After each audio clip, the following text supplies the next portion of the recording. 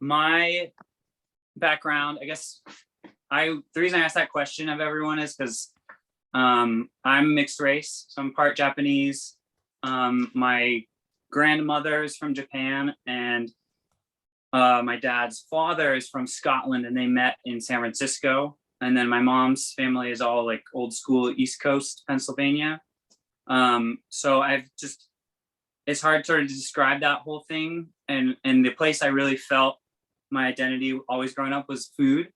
And it was a very mixed sort of thing. I have a lot of food culture in my family. My grandma's a great baker. My grandfather was a butcher. On the other side, I have the Japanese influence. My mother was a pescatarian growing up, and we were broke. So the whole mix of everything was very funny and fluid all the time. But we had a lot of tofu, a lot of rice, a lot of canned tuna.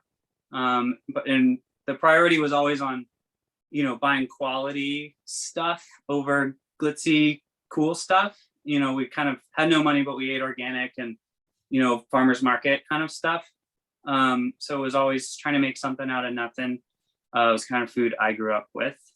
This dish actually comes from my wife's culture, which is from Peru. And they have a huge Japanese population there. One of the biggest outside of Japan. So their Nikkei, Japanese immigrant cooking is pretty world famous. And this kind of comes out of that tradition. So I think if everyone's ready, we could sort of jump into it a little bit here. The first thing we're going to make is a compound herb oil with the parsley, cilantro, and garlic. So the first step is going to be to fill your pot, your small sauce pot or medium sauce pot, with 3 quarts of water, and bring that up to a boil. So I'm going to go get that started.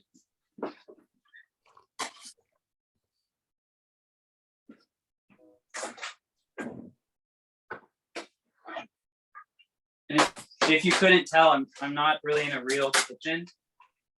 This is my little bonus prep kitchen on the back of my house because I live in a really weird shotgun house that used to be a garage, and my actual kitchen is like this big. So there's not even anywhere to put an iPad in the kitchen. So once you've got Alex, just a heads up, you didn't have everybody buy cilantro. It wasn't on their shopping list. Parsley, green onion and parsley. Got it.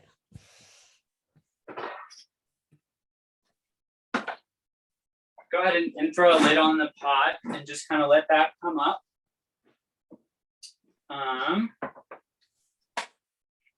Let's see. Next thing, we've got our cilantro, I keep saying that. I bought cilantro today too. Parsley. Was everyone able to find nice parsley? Flat leaf kind of stuff. I'm seeing flat leaf is great. I don't know if I specified that. Both really work for this. I like flat leaf whenever I'm blanching it like this because it's a little easier to pick off the stems because it's bigger leaves. But either one works fine. I'm gonna set these here. While it's boiling, make sure you have a bowl with ice in it, because the whole process is going to be us blanching these herbs for a short amount of time, 10 seconds with the parsley, 20 seconds with the green onion, and then shocking them in an ice bath. And that is going to help preserve the color in the veggies and sort of stop that cooking process before they get real mushy and start to break down. So making sure we have some ice in a bowl set aside, ready for whenever our water's ready. We'll expedite things here.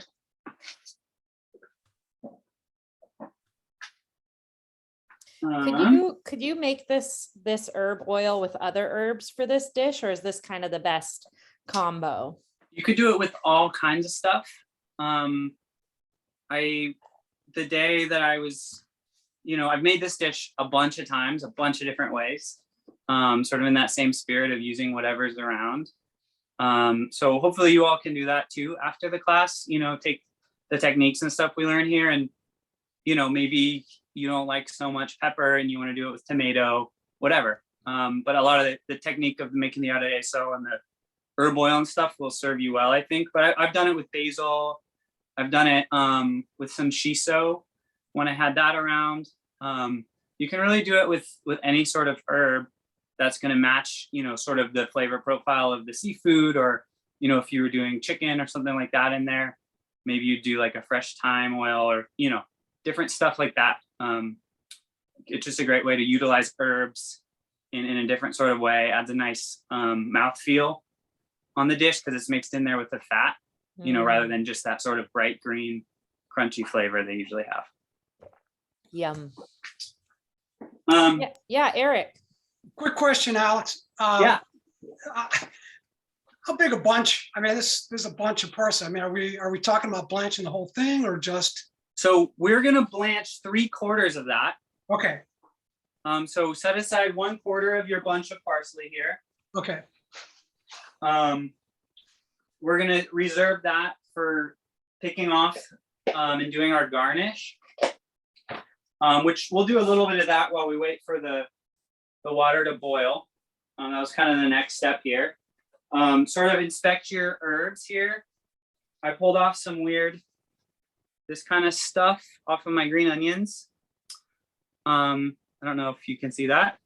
I gave them a quick wash earlier, but I didn't do the full thing. And then once you feel like your quality there is good, you can set aside all of it except for 1/4 of that bunch of parsley. And I'm just gonna pick the leaves off into here, into this container, and set it aside for the garnish at the end while I wait for the broth to come up. And I'll explain a little bit how I do that, and then I'll explain, you know, a little more about the Nikkei cooking while we wait. The best way that I like to pick parsley or any herb like this, because it can be really time consuming if you just go one at a time like this. I like to hold it sort of upside down, and you actually start closest to the base here, and you can pinch sort of like a little group like this, and then the whole thing will come off, and you won't really have any stem in there, but you won't have taken all the time to take them off one at a time. So in Peru, there's a big Japanese population, like I said, and there's been a bunch of different immigrant populations in Peru, including the Chinese. And the Chinese food in Peru is a whole other thing, which is really awesome. But that kind of looks a little more like, I guess, sort of like the American Chinese food a little bit, with a little more maybe tie back to the original dishes, closer than the American stuff. But with the Japanese food, it was a little different process that happened. There's not like a ton of what you would consider, I guess, authentic Japanese food in Peru that I came across, but it was sort of a very blended sort of approach, where they sort of influenced the traditional Peruvian dishes and preparations by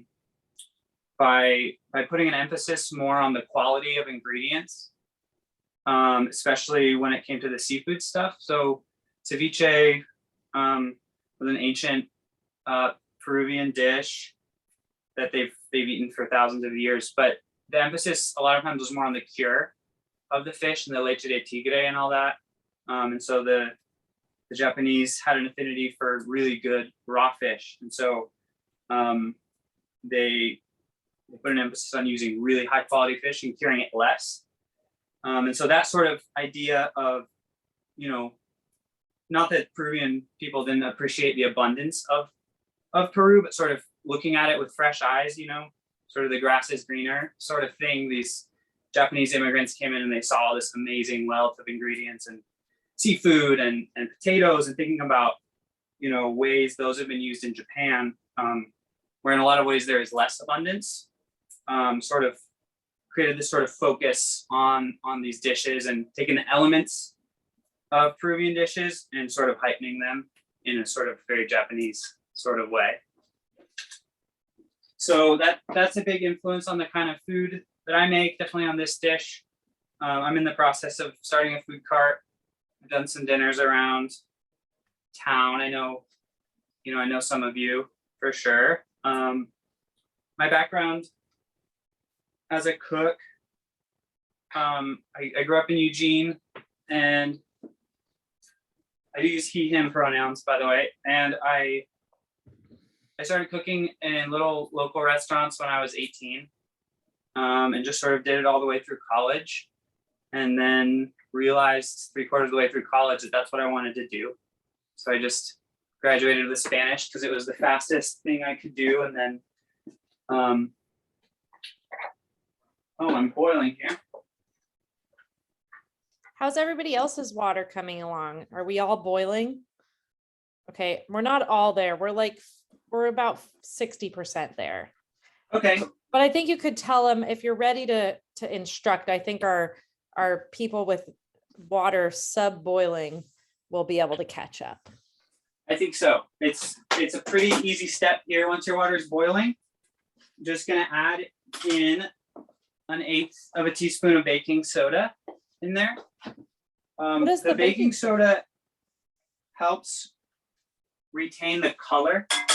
So it's gonna keep, I mean, the blanching and shocking already does a good job of sort of stabilizing and killing off the chlorophyll in the plants, which is what turns brown if you just sort of blend this all up with an oil after a couple of days. So the blanching and shocking and ice, that's one piece of it. And then doing that in alkaline water is sort of the best. So some places, you know, might have an alkaline sort of hard water, like in New York and places like that.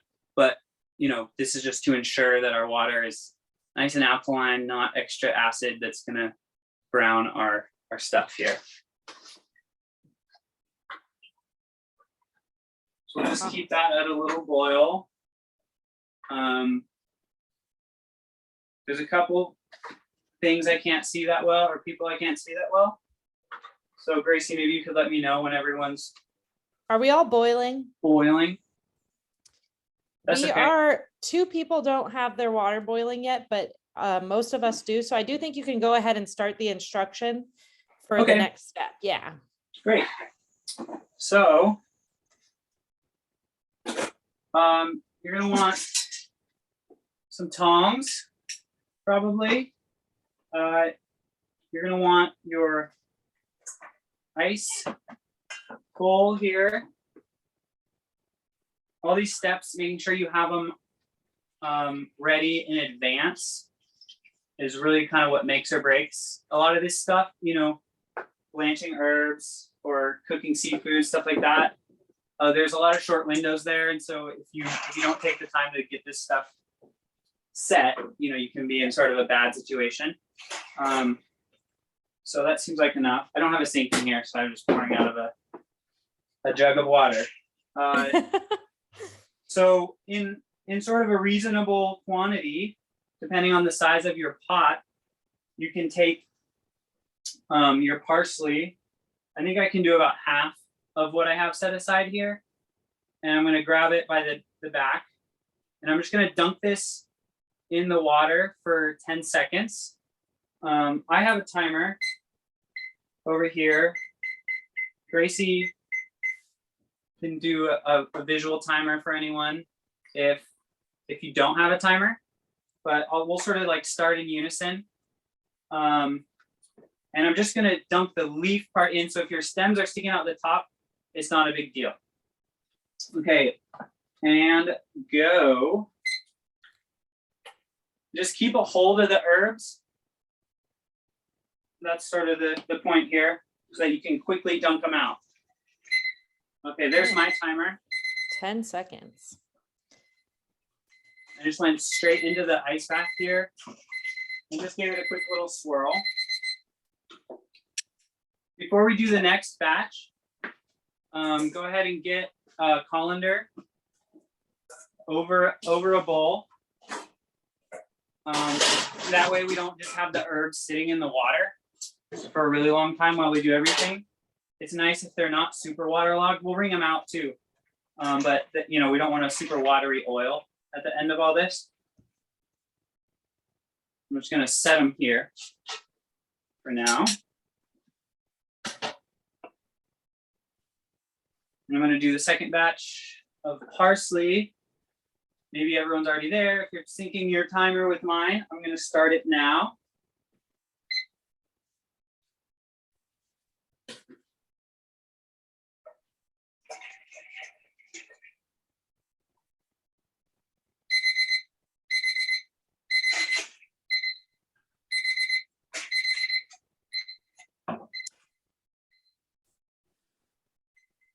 So I'm done with my parsley.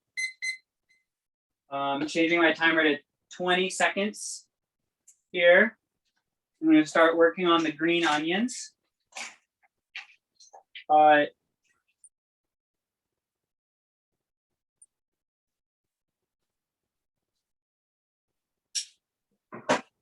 the green onions, I forgot to mention this earlier, and I didn't do it either.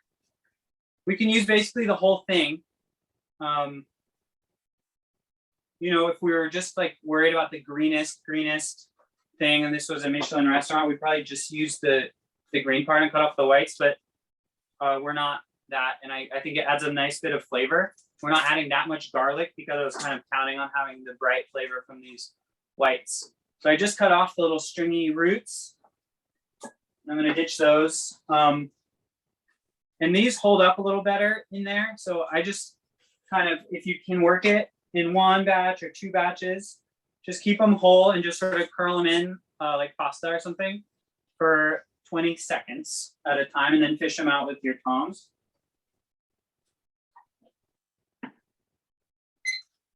So you moved all the parsley that was shocked in the ice water into your colander to strain first, right? That's correct. Awesome. Yeah, so go ahead and do that if you haven't yet.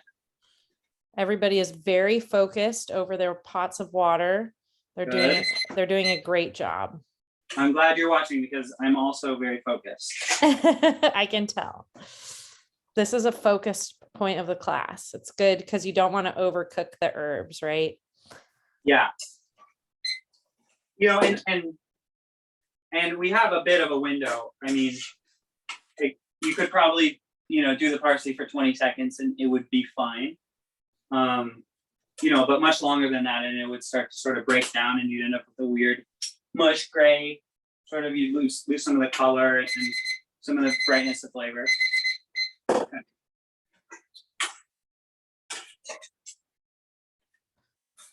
So yeah, we're just kind of each in our own kitchen as our water boils, dunking our herbs, the parsley for 10 seconds, the green onions for 20, and then shocking them in the ice water and moving them to your colander once they're cooled off. And it looks like most people are just finishing up or working on their green onions right now. That's great. Some people had, their water took a little longer to boil. So they're, still kind of just chugging along, but I think we'll all be on the same page soon. Has everyone at least started the blanching process at this point? Yes. Okay, great.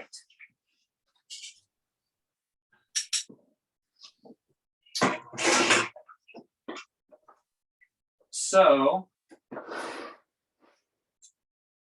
once you're done blanching, we're gonna take the green onion. We're just gonna give that a rough little chop here so that it doesn't wrap around in your blender. I've tried that before and didn't go well. Doesn't have to be any particular size or shape, just whatever is quick and easy for you to do. We're gonna take that and throw it right into the blender. And I would just slow a bit down because I think most people are still doing, just finishing up their blanching. Okay, got it. Yeah, but we're almost there.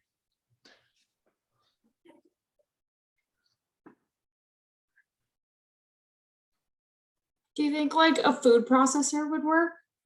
Or I should it think be a a food blender? processor would be fine. Okay. You won't have as intensely flavored of an oil, but it's gonna be okay. Okay. If you have a blender, it's just kind of easier. You might wanna like taste it after we strain it out. Don't throw away all the solid stuff. And just taste it first and see if Okay. it's lacking flavor. Maybe just like throwing a little of the solid stuff back in there, and you won't have such a clear, nice oil, but you'll get more of the flavor there.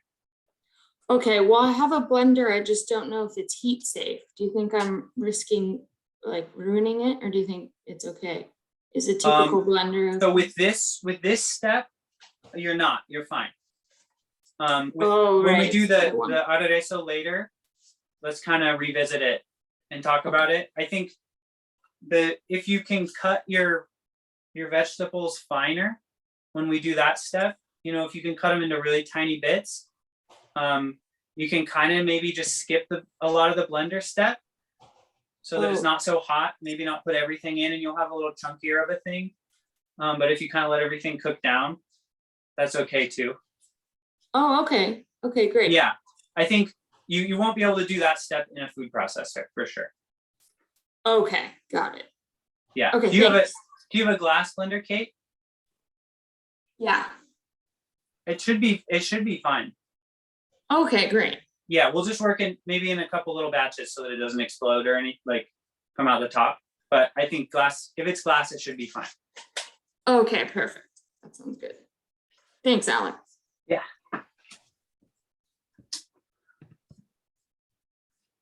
All right, So how's everyone doing? Are we all done with our blanching? Yeah, we're looking great. Yeah, we're all good. We're all done blanching. Cool. So yeah, the next step here, go ahead and cut your green onions about like this, or sorry, one step first. Give them a good squeeze over your colander, and then just cut them roughly. Mine are about, anywhere from an inch to 2.5 inches. And just throw those right in the blender. With the parsley, it's a little more of a thing because we don't really want much of the stems. So after you get out the green onions out of your way, just pinch off the leaves off of your parsley. And you can ditch the stems. If you get a little bit of stem in there, it's not the end of the world. So, don't stress out, picking each leaf apart from the other one. So this is not the most gratifying work here, but it's important. Should we keep our water boiling? No, you can turn off the water. Oh, thanks.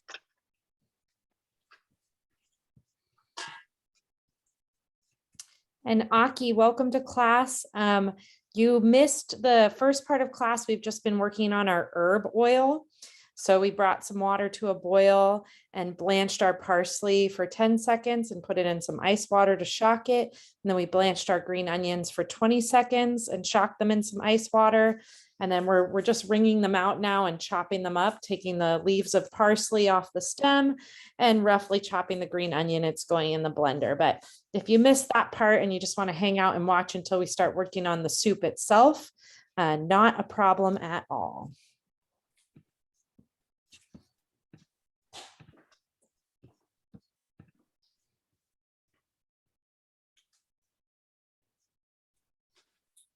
And I'll try and be pretty thorough with everything. Obviously, this is a class. But if you have any questions about stuff, you guys have been pretty good about asking, but just keep doing that. a funny experience I had when I was cooking in Peru. It was amazing that all the chefs I worked with, had worked at like Michelin places or world's 50 best restaurants. And then there were a bunch of us stages there who were sort of, each chef had someone working under them. And then all the other stages left except for me. And it was just me and 6 chefs. And I was sort of everybody's little helper. And there was not a lot of explanation and not really time for questions. So they would say things like, Brunoise, 5 pounds of peppers, which is like the tiniest perfect cubes that you can do. And then, they'd check in and be like, you still working on that? I was like, yeah, sorry, I'm just going as fast as I can. They're like, okay, just keep going. We need that pretty soon. Okay, finally get over there. Here it is, chef. He's like, okay, now, saute them and then throw them in the blender. And I was like, what? Like, I could have just like done this a lot faster if I knew all the information. So if you get in any of those situations where you're like, I don't really know why I'm doing what I'm doing, but you think you're kind of doing it, but it doesn't make sense. Maybe you're doing the wrong thing and I didn't explain it well. So feel free to ask if that happens. I have a funny story too. When I was working at a restaurant one time, I was pretty green and the chef asked me to brunoise 20 shallots. And I was like, I had no idea what he was talking about. I have no professional culinary training. So I ran into the walk-in and like looked on my phone and was like brunoise, but like I couldn't spell it. So I was trying to look it up. And I was like, I have no idea what that, but I'm trying to be like, yeah, no problem. I know I know how to do that. And it's just a really fine dice, but I just had no idea. Like, what do you want me to do to those shallots? Yeah, I did that a lot in Peru. I also didn't go to culinary school or anything. I guess I was in the middle earlier of saying I learned how to cook, as a teenager. I really learned to cook from my mom as a kid. Still probably has had the biggest impact on my cooking, but I was cooking at these restaurants as an 18-year-old, but they weren't like, really nice restaurants. They were whatever. My girlfriend's at the time's family owned some restaurants around town. And so I was doing that. And then just kind of ended up sticking with it and bounced back and forth between, bartending and front of house stuff and going back to cooking here and then. But the money isn't as good. But then I just really decided it was my passion. And then, that sort of led me to take this trip to Peru and all kinds of other stuff. But yeah, I also didn't have the traditional culinary school thing. And then all the terms are different in Peru. And so there were so many times where I didn't know if I just didn't know the right word, or if I actually didn't know how to do it. And, I got a lot of blank stares, kind of like asking what something was. And then it would be like, peel it, or like a colander, strain it. Like, have you not worked in a kitchen before? Yeah, the hazing in a kitchen environment can be a little rough. Yeah, and they were very, very into that. A lot of places in Peru. Especially if you're not Peruvian, I bet. Yeah.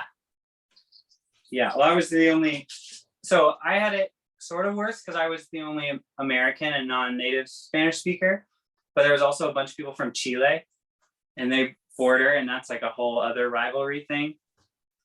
So they kind of liked me better, but I just did a worse job.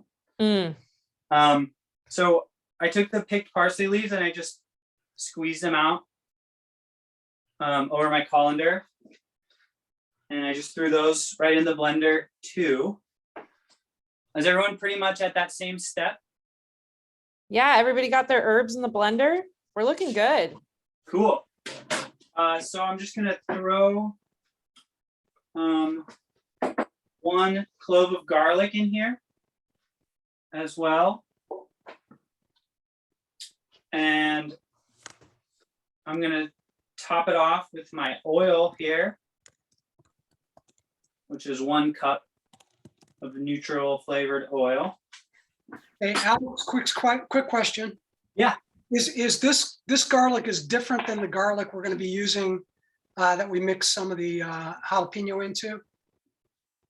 It is, I mean, it's from, I kind of included it in the total. Okay, so, okay, Yeah, just pull one of the peeled cloves from that you already peeled. okay, all right. Okay, great. No problem. Thank you. Yeah, no problem. Once you're at that step, just go ahead and blend it. My blender is really loud. I'm gonna mute you Um, just while that goes on yeah. then. And just Yeah, give me a thank you. thumbs up when you want me to turn it back on. Yep. Okay. So yeah, all told, we put our parsley, our chopped green onions, 1 clove of garlic, and a cup of neutral oil in our blender, and we're just blending it on high. Did we chop the whole green onion? Yeah, the whole thing, except for the Okay. roots, not the little root ends. Okay, thanks. Yeah.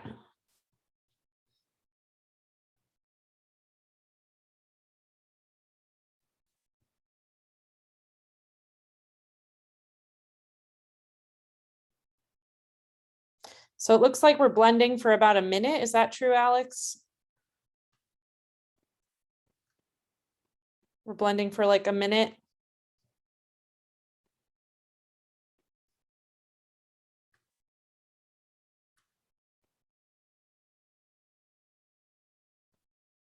Yes.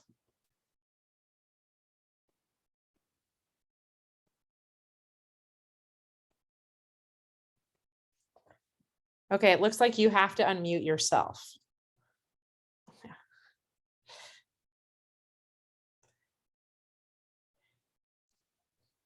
Great. Good? Yes, Okay. perfect. So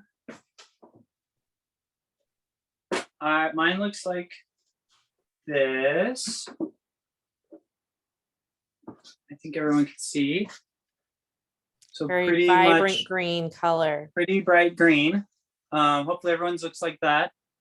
If yours is a little chunkier, you know, my blender is really high powered, and so it breaks stuff down really well. If you have any trouble getting it started, you could start on a low speed and kind of work it up, but it should be fine since everything was cooked and kind of easy to process. I'm going to pour this through a strainer into a bowl, and then pour that into either a squeeze bottle or oil bottle if you have one, or into a mason jar, and then we'll set that aside. Once we're done straining it, go ahead and wash your blender so that it's ready to use for the aderezo step. Awesome. So yeah, we're gonna all strain our blended oil through a mesh strainer into a bowl, and then it'll get transferred into a squeeze bottle or a jar. And then you get a little time to tidy up your kitchen, wash your blender. And you're going to use a ladle maybe, if you want, to kind of push it through here. It's pretty chunky, so it's not going to probably want to just like pass right through the strainer. But if you just use sort of the back of the bowl of the ladle against your strainer, like this circular motion, it'll kind of push it through a little bit. Don't smash it through, because then you're going to kind of force through little pieces of herb. But just gently swirling it like this should do the trick. To me, this seems like almost kind of a French thing, like a French technique. Totally. Yeah, it probably is. In Peru, you know, like much of the culinary world, they take a lot of cues from French cooking and the high end sort of stuff. Yeah. And since, you know, that's kind of what I was doing there, I think that kind of colored a little bit of the techniques we used and stuff. This isn't like something that we made at my, you know, in-laws' house. And like, that's sort of the whole, I guess, thing of the whole Nikkei Peruvian tradition, is there's a lot of things that are sort of like non-traditional or whatever, you know, and they've just sort of picked up along the way, and they sort of fit the sensibility of food that tastes and looks good and utilizes sort of fresh flavors. Yeah. How's everybody doing with this straining process? Most people look like they're doing okay. They're kind of in the middle of it. Yeah, I'm seeing a lot of sideways thumbs. We're all sort of in the process of straining our oil.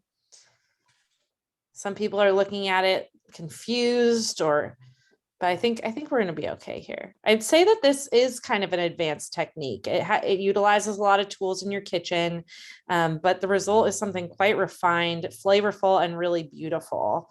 And I think it really adds a really nice, a beauty and a refined flavor to the finished dish. I love. Yeah, I think so.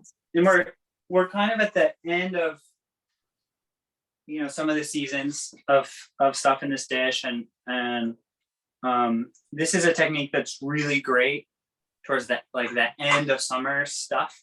It's a way to, if you buy a whole big thing of basil and you're going to use some for your margarita pizza or whatever, or some for pesto, you could make basil oil like this, and then you can utilize that basil oil.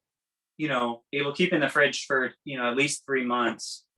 And you can have basil, in December, that sort of hit of summery flavor on something.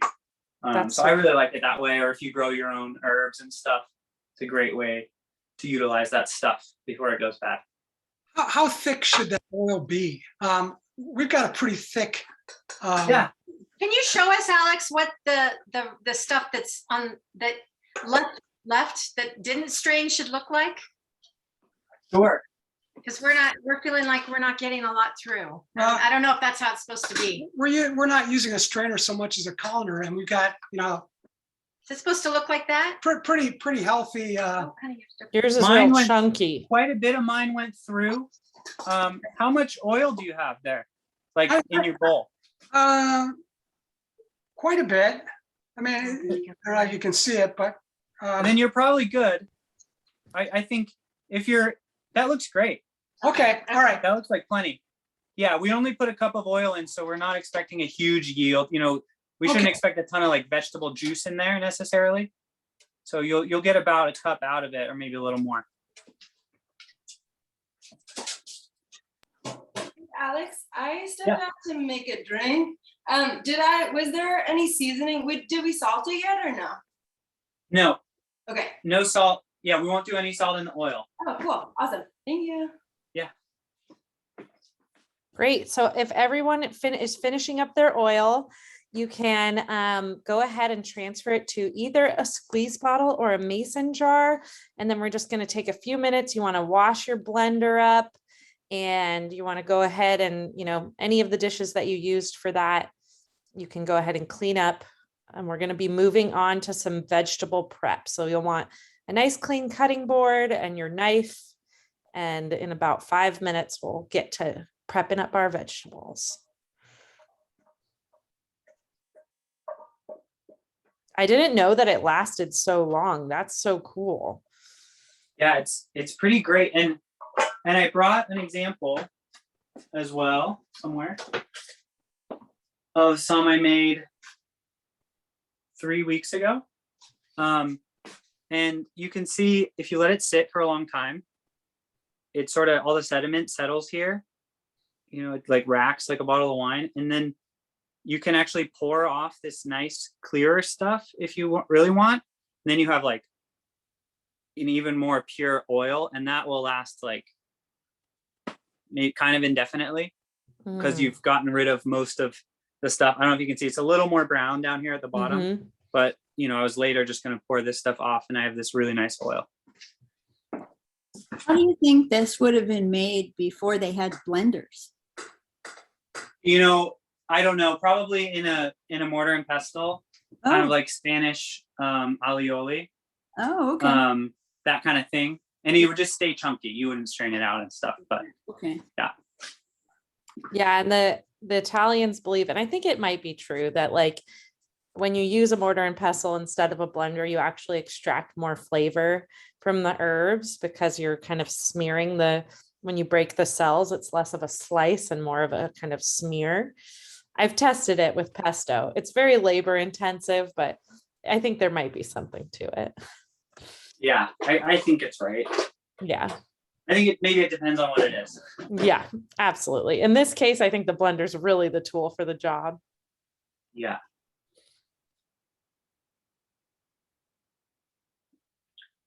Just making sure we're not keeping any of that like pulpy stuff.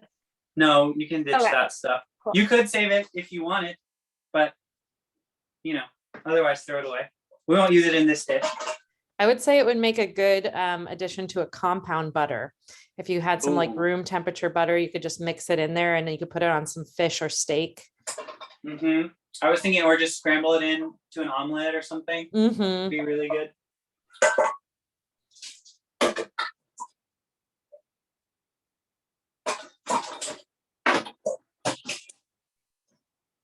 I'm definitely a food waste hoarder.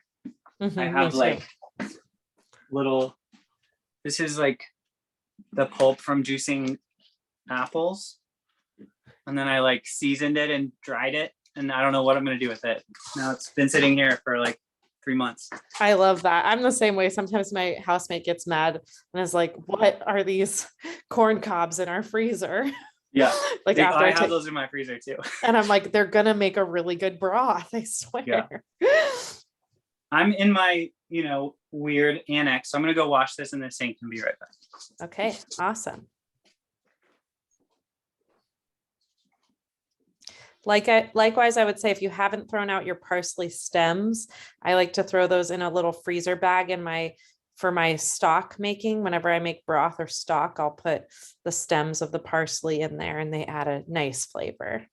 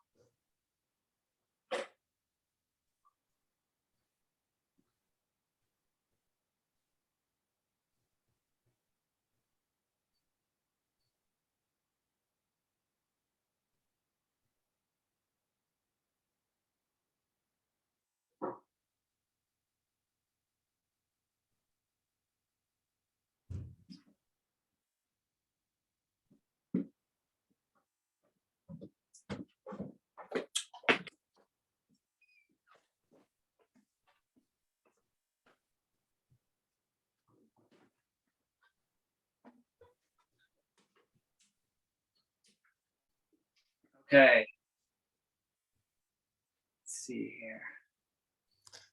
We got everybody very studiously tidying their kitchen. Great. Love it. I'm also going to follow Phoebe's lead and have a little of my sake. Nice. Cheers. Sake is a great pairing with this dish. They always say to drink whatever you're cooking with. It's usually a good match. That's good. What did everyone get for sake? Let's see. Everybody's holding their bottles up. You want to check them out? Yeah, nice. We got some. Emily, we have the same. Yeah, we got a couple sames, but most people got different stuff. Yeah, I did Momokawa too, because local. Ooh. I've never Phoebe, bought. what have you got? That looks really good. I got an unfiltered sake because that's what I like. Cool. Yeah. That's awesome. I almost specified to get a not unfiltered, but I've had so many really good seafood with unfiltered that I actually thought it might add something cool to the dish. So I'm curious to see how yours turns out, like texture and everything wise. It seems like it'd be nice. Yeah, I'll report back. All right. Ready Cool. to prep some vegetables, everybody? Yeah, everyone? Yeah, they look good. They look good. Cool. They look ready. Okay, I'm like on a wire rack that's like the post is blocking half the screen kind of. So Eric and some other people are a little bit blocked. Okay. So I want to double check my notes to make sure I'm not skipping over anything in my enthusiasm here. Okay, great. So we're gonna start with the onion. Everyone has a cutting board and a knife. And we're gonna prep half the onion into a dice and half the onion into a julienne. And I'll show you how I do that. And there's sort of a couple ways that people slice onions. There's kind of only two ways, two directions I think you can do it. The American style seems to be sort of taking your onion this way and slicing it sort of like half rings. And then the way that we did it in Peru and how they seem to do it mostly in Peru is cutting it the other way from the root to the stem lengthwise, which leads to a little more of an elegant shape of the onion. It doesn't get all floppy so much, like slicing a thin the other way. So I'll show you how I do that, because you can imagine if you just sort of slice it this way on the onion, you're gonna have like a weird disc part. So if you imagine the onion in thirds, I'll cut this first third off. So take that third off, and I'm just gonna flip that onto its side this way. So I've got sort of two pieces like that. And now I've got a really nice starting point and finish point for each of them. So I'll start with this one, and I'm just gonna cut nice and thin this way.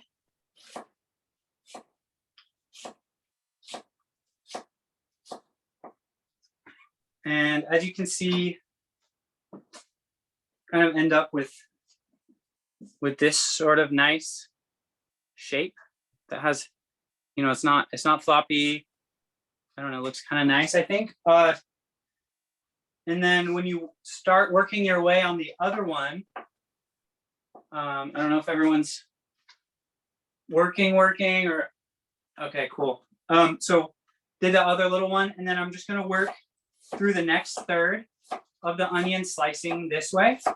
Once you get to that last third, I'm gonna stop, and I'm gonna do the same thing I did with the first third and flip it this way. And this is gonna keep me from getting those weird kind of chunks that are sort of long, or having to like, pizza pie it on the way around, and still be able to work kind of nice and quickly, and have a nice sort of uniform thing. In Peru, they're all about the nice shape of onion. They eat a lot of raw onion. Mhm. So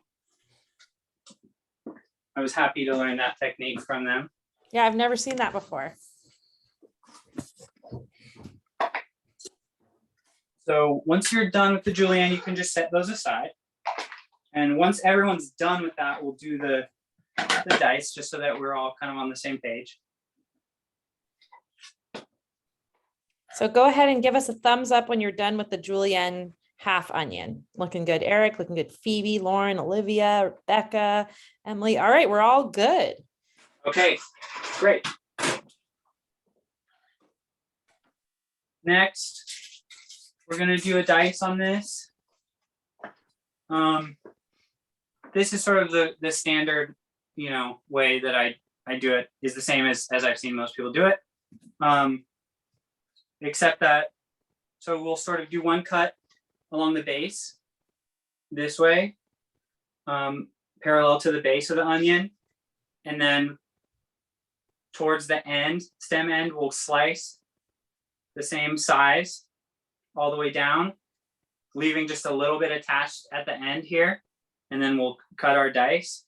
I find some people do it this way, flat and slice across. I find it actually easier to just hold it kind of perpendicular to the cutting board and just cut down, and just, use your judgment and don't cut all the way through it.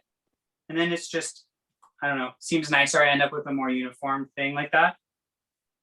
And then there's a couple techniques here. Another little trick that I learned it's actually using the back of the knife. If it's a small enough onion and a large enough knife, it's a great way to brunoise shallots if you have to do that again. So you sort of use this back part of the knife as your cutoff point so that you know where you're at, so you don't cut all the way through your onion. And so I've got like a bunch of my knife point actually not doing any work. And I'm just using the heel as my guide here. And I can cut like this, super fine and much faster style. That's nice if you have a smaller onion like this or a really big knife. However you do it is fine for this, because this is gonna get sauteed and then blended. So don't make my Peruvian mistake and waste a bunch of time cutting these perfect. If it's hard for you, just, you know, do your best and chop it up. And then, And yeah, then you're once left you, with this little like weird bit at the end a lot of times. And I just take a little extra time and do a little cross hatch sort of cut on that to not waste it. so once you've got your second half of your onion diced, you can go ahead and give us a thumbs up. Awesome. All right, no worries, Naomi. All We're wait- good. We're almost there.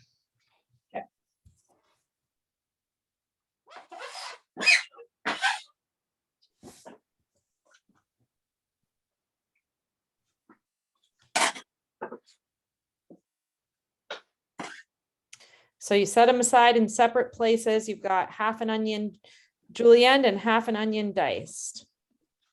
Mm-hmm.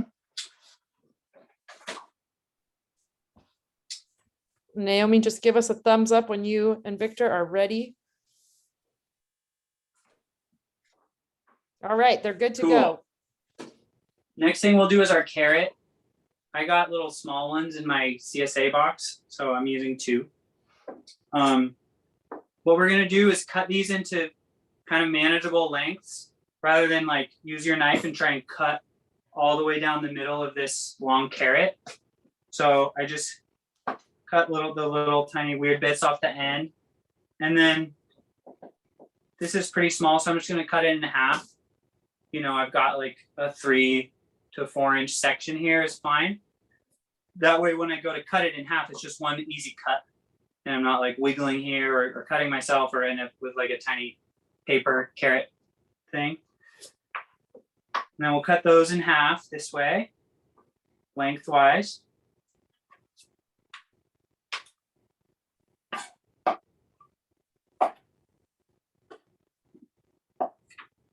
Hey, Alex, can you hold a little bit of your dice up to the camera so we can see the sides? Yeah, I actually haven't done the dice yet. Cool. But so again, it's not that important. I would say use your own onion as your reference, because they're going to cook together. That's sort of the most important thing. But I'm sort of cutting the small pieces in half again. And then I'm going to just cut that into cubes. And then these bigger pieces, I might do sort of like a 1/3 of each of these and then cut those into cubes. But I would say this isn't a spot like, you know, when you do that, make this recipe again, it's not a spot to stress out and waste too much time on. There's like moments of focus, like Gracie was talking about with the herbs, where it's like important to really be on it. And then there's moments like this that like you can do this while you have your conversation with your significant other, your mom or whatever in the kitchen, or have, you know, a kid help you with this.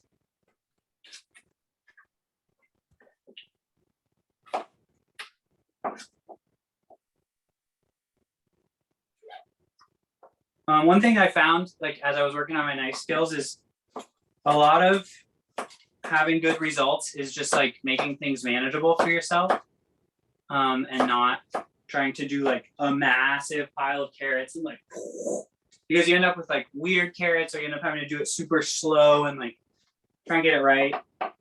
It's nice and a lot more fun, and you'll enjoy using your knife, and then you'll use it more if you just make it manageable and give yourself enough time, and don't sweat it if you mess it up a little bit. It's probably gonna be fine.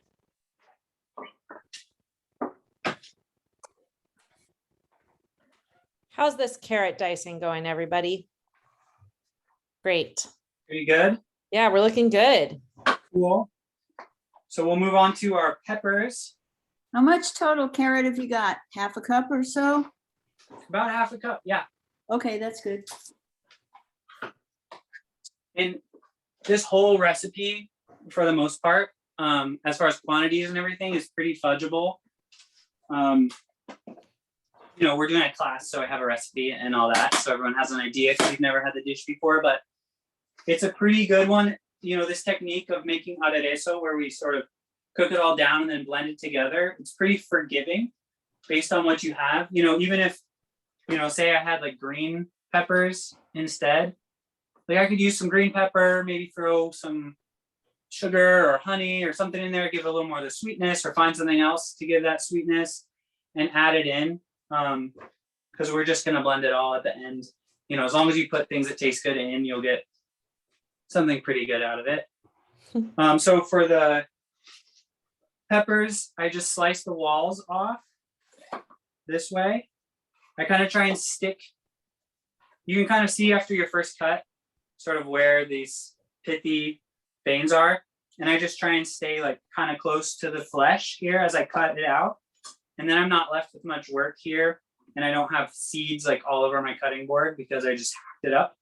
So I cut it off in however many easy walls it has. And then I take the bottom and I just pop that off too, to not waste that. So go ahead and do all of your peppers into these sides. And then we'll finish them up. Once everyone's done with their pepper, this part of it, give us a thumbs up. If you have any questions, let me know. This is what I'm ending up with, by the way. Pieces like this. I'm just cutting straight down. It looks like maybe Eric already did this before class. Oh, nice. Gracie, what was your first hint? Just, you know, you're staring and standing, twiddling your Yeah, I was like, thumbs. I had to have it prepped. He thought it was supposed to be prepped. And, That's Nice. great. I mean, You're ahead. of the game. well, and just my hat's off to you, Alex. I used your technique all the way through, and it looks just like what you have. He just. So I'm- Great. Perfect. Awesome. Yeah, that's me just planning ahead. Sorry. No that's shame great. in that. You get to hang out and chill, and you know, you can be the peanut gallery, drink some Mhm. wine.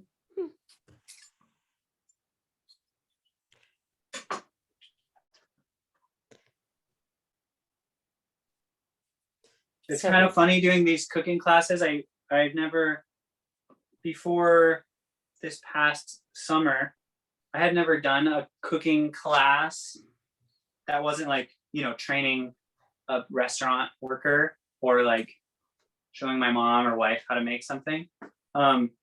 So it's been kind of interesting figuring out, you know, who knows what, where everyone comes in. I've done soccer coaching before as a job, but it's a little different. I mean, you can kind of tell usually like one glance at someone kicking a soccer ball what their level is, but I can't ever really tell where everyone's at. But it's nice. It seems like everyone's pretty solid here today. Yeah, everybody's doing really well. Cool. And you're doing great, coach. Thanks. So then I'm just gonna cut each one of these walls into julienne. So just nice pieces. Again, this is gonna get cooked and blended, so you know, don't sweat it. Work as quickly as you can while being safe and not being totally crazy. I prefer to just cut them all into julienne if you have enough room on your cutting board or somewhere to set them aside, rather than doing each pepper into dice individually. Just a little bit faster, and you kind of have a better sort of reference that all your stuff's coming out the same size. I'm seeing some really good slicing here. I'm looking at you, Phoebe. Look at that sharp knife. If your knife isn't super sharp and is kind of dull and smashing up your peppers a little bit, you can flip them onto the skin side. Takes a little more elbow grease, but you won't smash them up so much. I've had that experience before. But if you have a nice sharp knife, cutting the skin first is the way to go.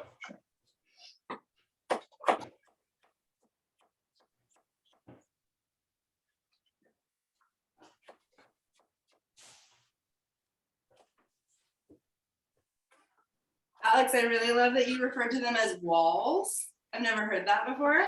And now I can't stop thinking about like what it would be like to live inside of a bell pepper. Yeah, I don't know if anybody else says that, I guess, but that's just what I've always called it. I don't know. My dad's an architect, so I grew up like looking at things in that weird spatial way. So. Me too. My dad's an architect too. Oh, really? But I don't call them pepper walls, but I also like imagining living in a little pepper house.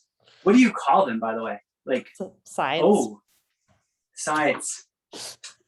Sides, huh? Makes sense. I like walls are better. No, Zach says they're ribs. Oh, the ribs the part you don't want, I thought. Yeah, I have to agree with Alex on that one. Nice try, Zach. After they Is julienne, Zach there? Yeah, he just missed the intro. Work ran over, but he's right here. Oh, hi. are you going back and dicing them? I am, sorry, yeah. So I cut them all into julienne, like this. Some better than others. And then I'm going back and dicing them real quick. I'm getting something like this. I don't know if you can see that falling all over my floor, but they're not perfect, but they're pretty uniform. You know, they'll cook about the same. Are you going for a similar size to your carrot and your onion? Exactly, yeah. So I'm sort of thinking about this all more in terms of the cooking flavor that it's going to develop while it cooks. Since it's again all gonna get blended together. So I guess if you had like a ton of time, or like say you wanted to do the same process, but you wanted to grill everything, you know, you could do it all whole and it'd be fine. But you know, the key is that they're all sort of at that same nice caramelized tender sort of point, so that you've got all that flavor when we blend it up, because you're gonna lose all the texture anyway. Cool. So, hey, Alex, so that sounds like a really interesting twist on this recipe is to grill the peppers. Would it would give it a totally different flavor, right? Yeah, depending on your grill setup too. You know, if you had a lot of wood and stuff and it was kind of smoky, that could be really good, I think. Especially if you wanted to do this dish with like, you know, black cod is a great one actually, or salmon, or you know, even if you wanted to add in some meat into it, some sausage or chicken or something like that, could be a great way. It's kind of how you make a lot of there are a lot of salsas like that in Mexican cooking, where you grill everything and then you puree it. And that's my favorite way to make salsa. Yeah, nice. Okay, cool. Thanks. So you may need a couple containers depending on how much you got out.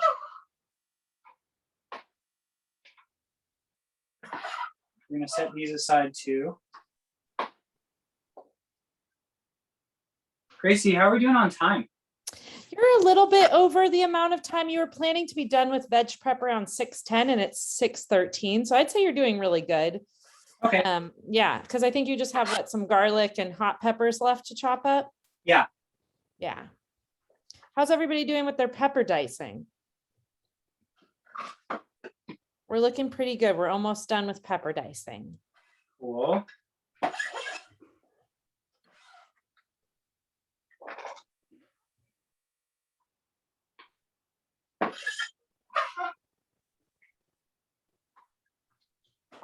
Set those aside here.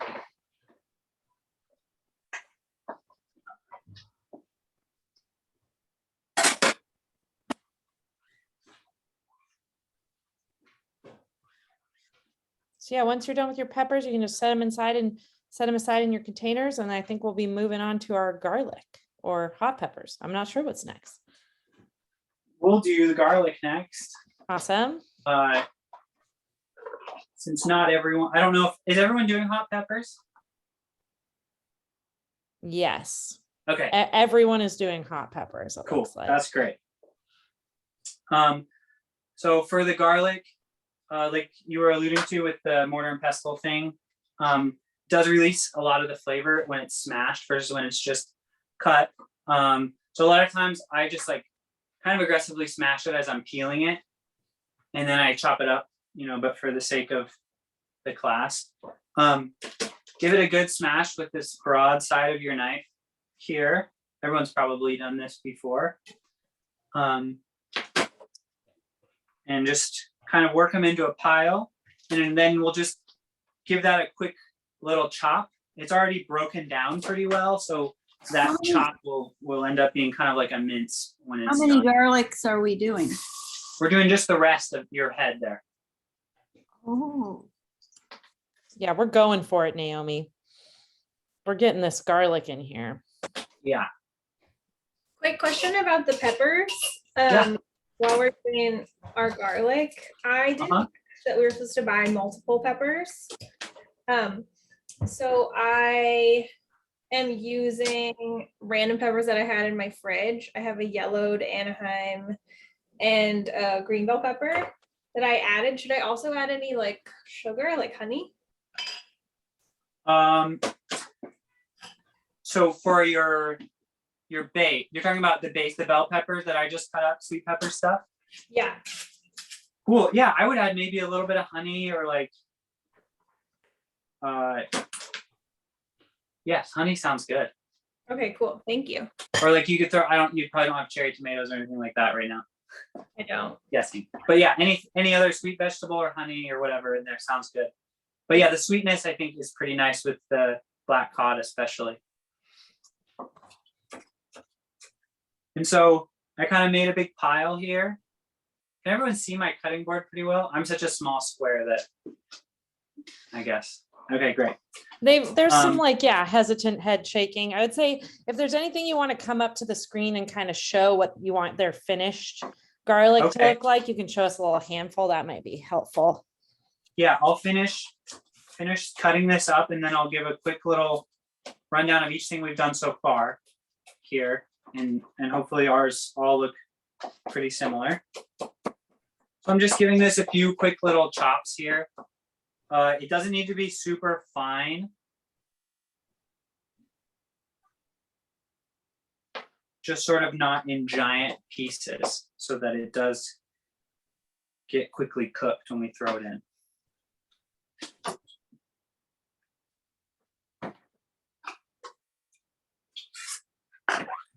I'm going to set that aside.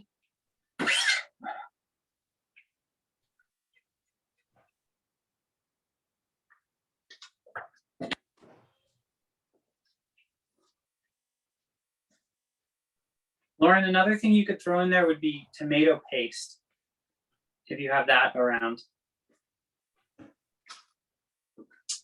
So Alex, would you suggest if you have some ripe tomatoes out of the garden, throw a tomato in just to Yeah. give a little more sweetness? Sure. Something like, yeah. Okay. Yeah, that's great. Because you've got a lot of this prep stuff done already, huh? Yeah. Yeah, that'd be delicious. Chop it up and throw it in the blender, or is that? We'll throw it in. Throw it in when we throw in the sake. Okay. Okay, cool. Thanks. Yeah, that'll be delicious. A lot of times they use tomato in this dish too. So if you have something extra delicious that's like from your garden, that's great. So I've got my garlic, looks like this, you know, little chunks. I've got peppers and onions. My peppers are a little bigger. That's okay. But they're all kind of mostly this sort of, there's my camera, sort of size here. I've got carrots, same kind of thing. The carrots are weird colors. And then I've got all my onions, which I think we all saw the julienne onions. I've also got my picked parsley set aside from earlier, in case anyone missed that step. Next, I'm going to do my spicy peppers. I have these two kinds. This is a kind of relative of the ají amarillo, which is the popular pepper in Peru. And then this is called an ají rico, which is in the same family. You can't really grow the ají amarillo here, but these are pretty good. Whatever you have that's spicy is great. I like to use the ones with a similar color, since we're going to cook it all together so that it doesn't end up like more brown, but it doesn't really matter. Whatever you like. Depending on your spice preference, and if you have habaneros, you're not going to add that much. If you have jalapenos, you're going to add maybe more. Whatever you like, take that quantity and save a little bit for garnish. So if you think like 2 peppers is enough for your whole dish, maybe cut one of them, and we'll put that in with our aderezo, and then we'll save the other one for our garnish at the end. So the process on this is the same as the bell peppers that I did.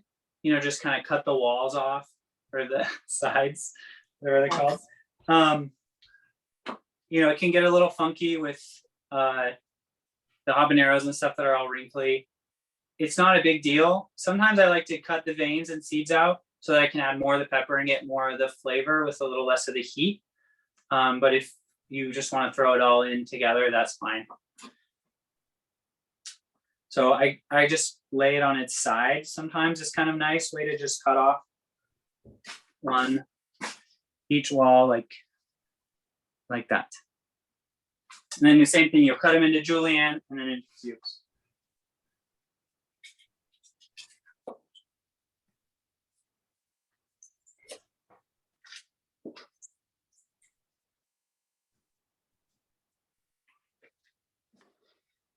Once you're done with this hot pepper step, go ahead and make sure you have a Dutch oven out, or a nice heavy pot to make this in.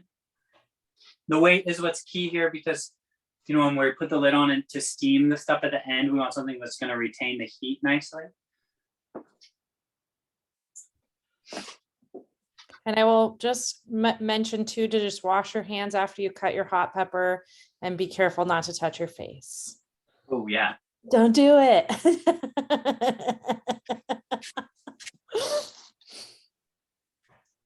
Yeah, a lot of times I use gloves when I'm doing this step. Yeah, I've made that mistake really a lot of times, unfortunately. Yeah, we would do so many peppers in Peru. It'd be just like, a giant basket of super spicy peppers, and you wouldn't think about it at first, and then your hand would just start burning, and then it was burnt. Yeah. How's everybody doing with your veg prep? Everybody get your hot peppers chopped? Are we all ready to start cooking this thing up? All good? Yeah, we're looking Cool. good. I ended up with some hot peppers that are very not hot. Is there any good red chili flakes or a smoked pepper that I have? Can I do something? Yeah, if you have a smoked, if you have hot paprika or something, that would be really good in here. Or chili flakes would also be okay if you want to add a little more spice. Okay, so everyone's got this all done. You've got a Dutch oven. And that's going to get set up here. I'm going to clear off my little space here.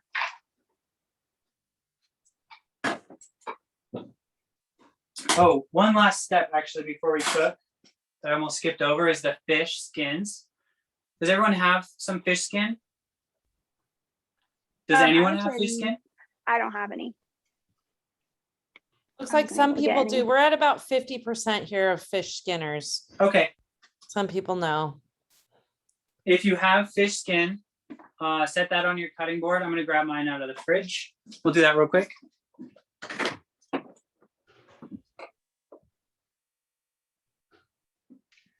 So Gracie, Newman's had the black cod in today fresh, but they skinned it, so there was no skins.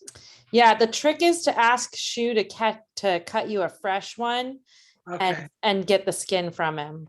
Because okay. yeah, they always sell it in the case without the skin Right. on, but it comes in with it. So Yeah, if yeah, you of know, course. and you know them all, so you can Oh, kind yeah, of, I could have. I just, I didn't think far enough ahead. yeah, it's a, Good to know. Thanks. yeah.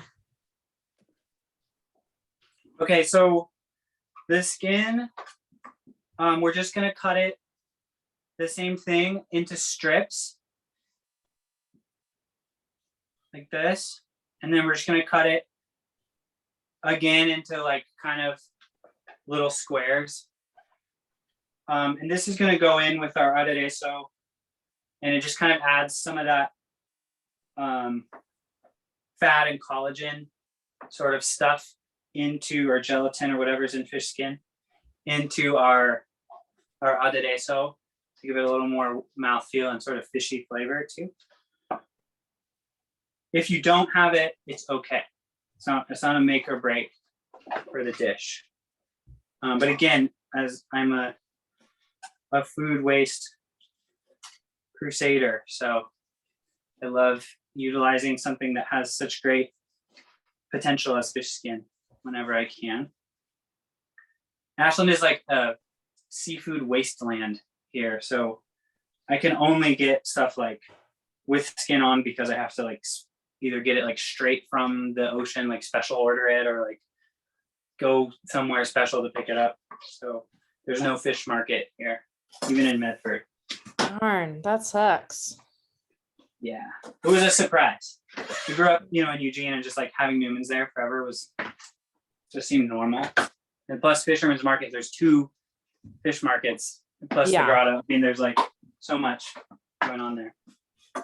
And then we can go ahead and get cooking here. Go ahead and wash your hands and all that if you were doing the fish skin. I'm gonna set my cutting board aside because of my weird stove setup.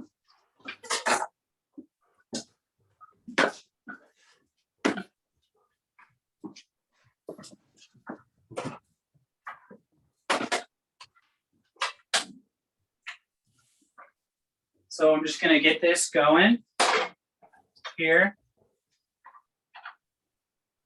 on sort of medium high.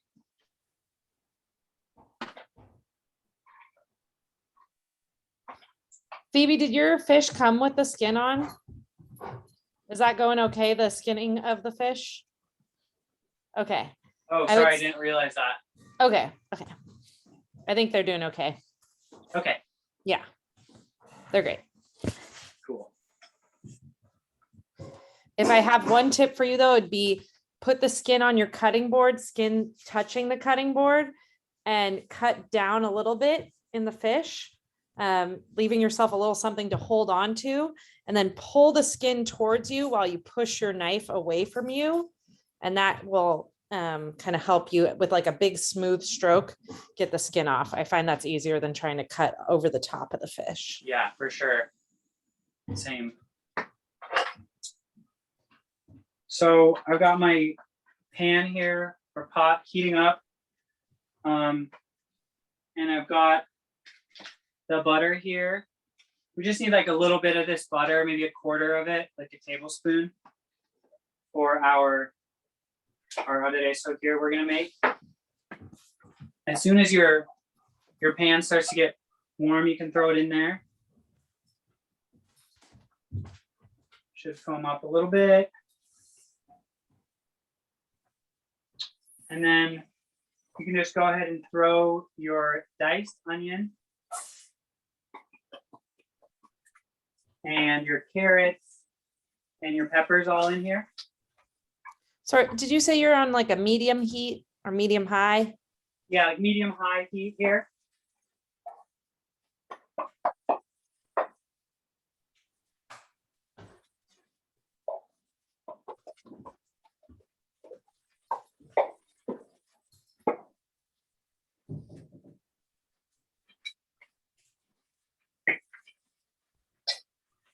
So we got a tablespoon of butter in our pot with our carrots, onions, and peppers on a Okay, medium-high heat. Just the diced onions here. Oh, sorry. Don't listen to me. Just the diced onions? Or, sorry, everything in there except for the julienne onions. Okay. So the diced onions, bell pepper, and your carrots here. Got it. Reserving those julienne onions. Mhm. Those will add in after we do our other days, so that we still have some onion texture in there at the end.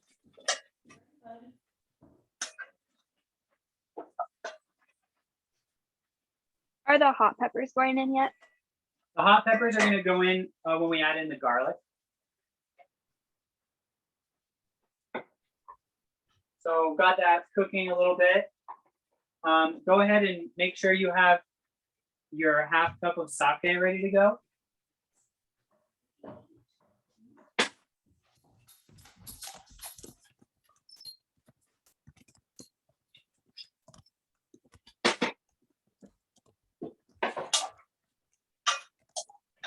Just mixing it every once in a while to make sure you're not burning.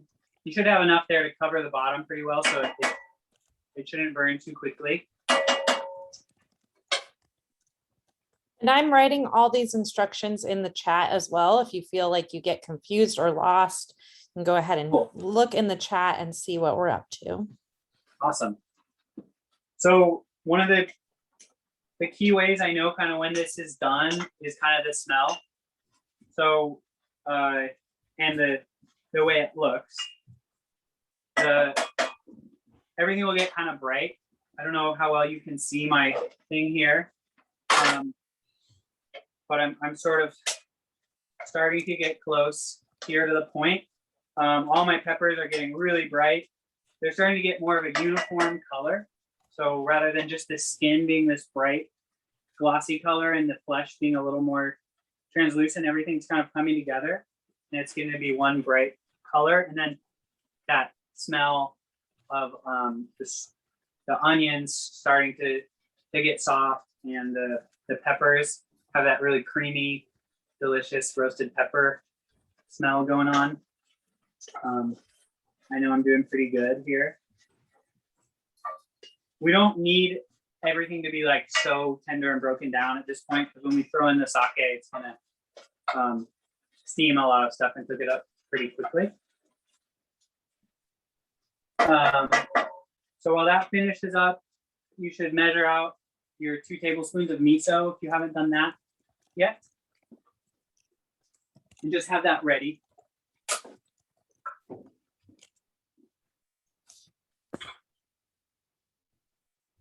If you don't have a perfect measurement on it, that's okay.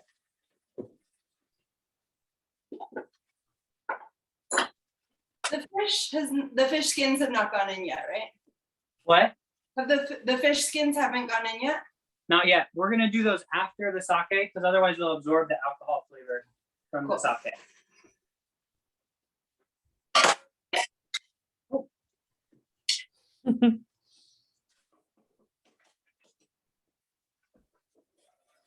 Cool. So mine's looking good and ready to go. If yours have started to leave a little color in the bottom of the pot and they're getting a little softer, you can go ahead and dump in your sake.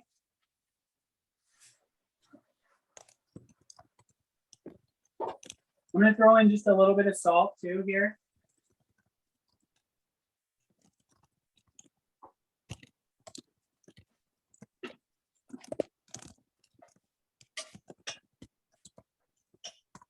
And then we can also throw in our spicy peppers and garlic at this point.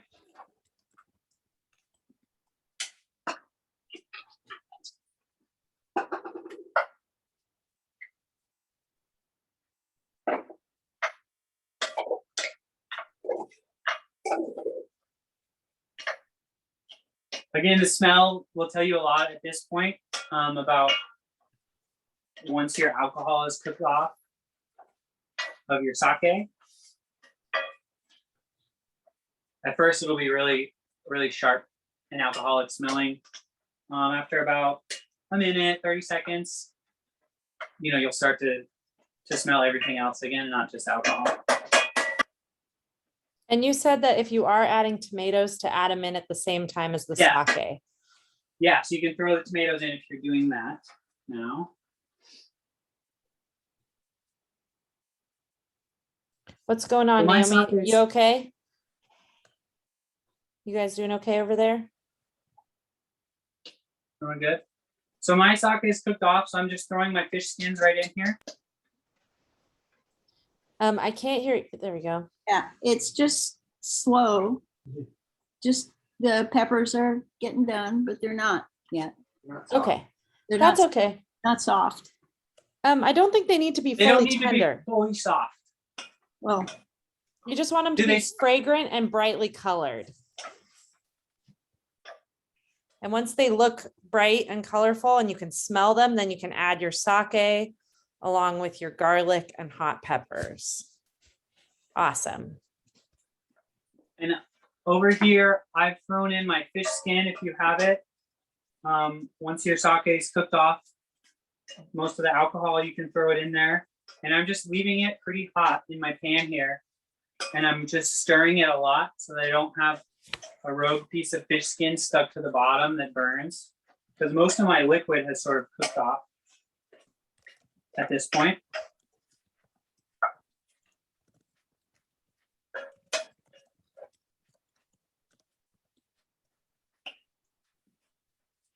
The indicator now that we've added everything in here, now you want it to be fairly soft or tender. Doesn't have to be perfect. Again, we're gonna blend this. We're gonna with some water and miso and butter, and then we're gonna return it to the stove to cook the rest of the fish in. So it's not really a huge deal if they're not cooked all the way down. Mine looks great at this point. I'll give it a quick little look after I'm done stirring it a little bit.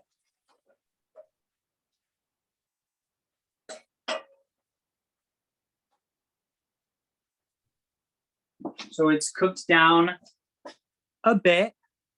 The peppers aren't perfect little sharp edges anymore. They're getting kind of soft, but it's not a mush by any account here. And doing it nice and hot and kind of fast like this is good.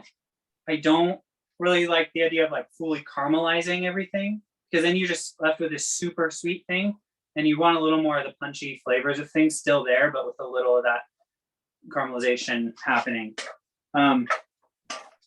So mine looks good to go. I'm gonna add it to my blender here. And once it's in the blender, I'm gonna use my 1 pint of water, and I'm gonna rinse out the pot here and add that in as well. And then I'm gonna add the butter and the miso, and we're gonna blend that up just until it's smooth. Should we be waiting till all the liquid is out of the bottom of our pan before we put it in the blender? It should be mostly gone. If Okay. you started at the same time as me and it's not yet, maybe you could turn your heat up a little bit. Okay.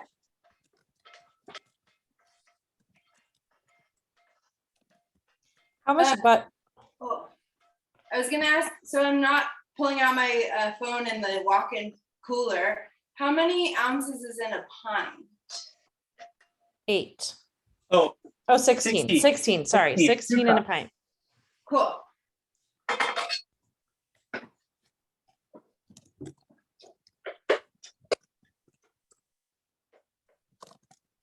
So everybody's looking good and busy in their kitchens.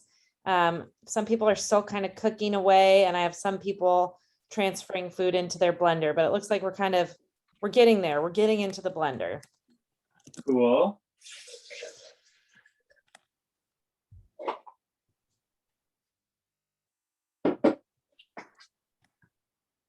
How much butter goes into the blender? The rest of the butter that you have, so whatever you didn't use in the cooking process there of your 4 tablespoons, just throw that in. So will you repeat what's in the blender? So it's butter. meat, Butter, everything you cooked off, butter, a pint of water that you've used to rinse out your pot, and your 2 tablespoons of miso. Great, thank you.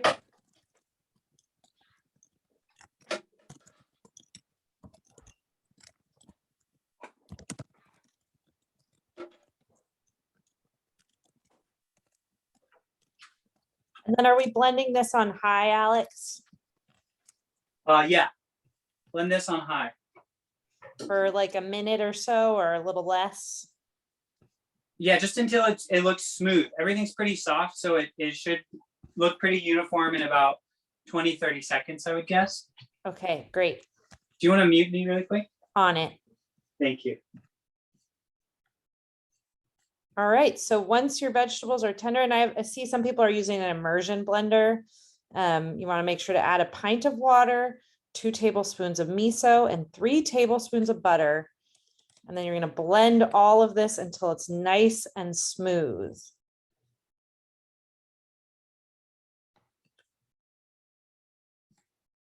All right, I'm seeing the blenders. The blenders are going.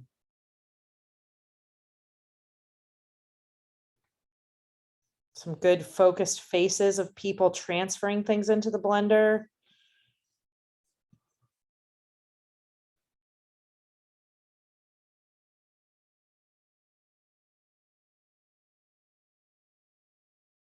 We're blending on high for 20 to 30 seconds or until everything is nice and smooth.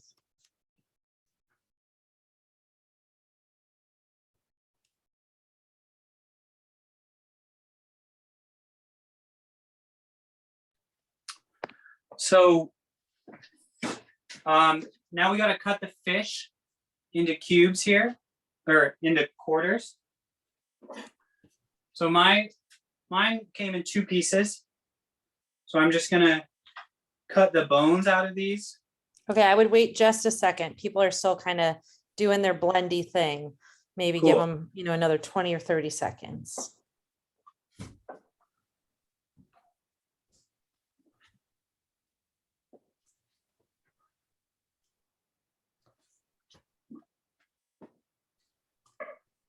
But once you're done blending, you can go ahead and grab your black cod.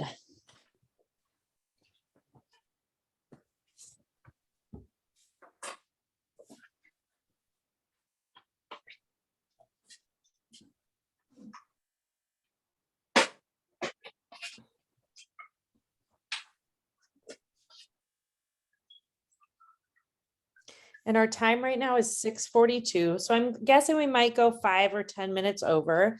If anybody needs to leave right at 7 o'clock, we can walk you through the process. Does anybody have some time constraints tonight? Looks like we're all good. We're all good. Cool. Is everyone pretty close here? Are we all blended? Thumbs up if you're done blending. We're Most people. just about there, yeah. So I have 2 pieces to do. I'll start on one and then Lauren will catch the second one. We've got, there's some bones that run lengthwise down here. They don't pull out well because of the way black cod is. So it's nice to just cut them out.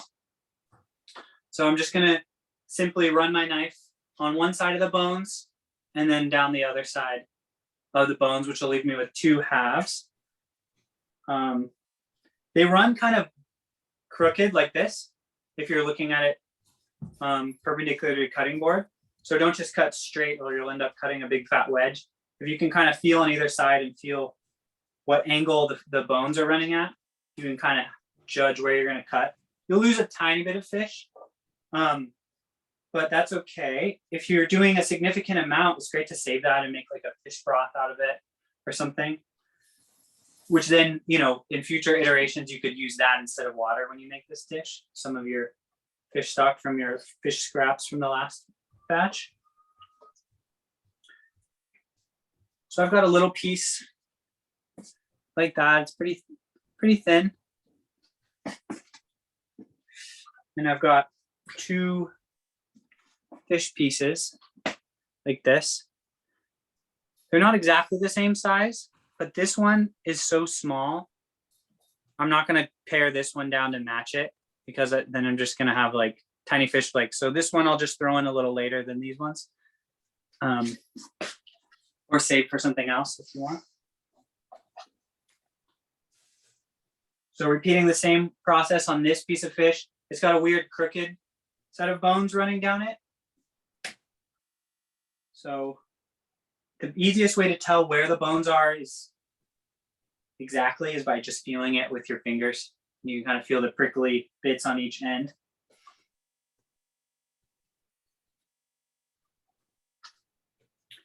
Same result with that one. One side, the belly side is a little thinner, and the loin side is a little bigger. It's pretty common.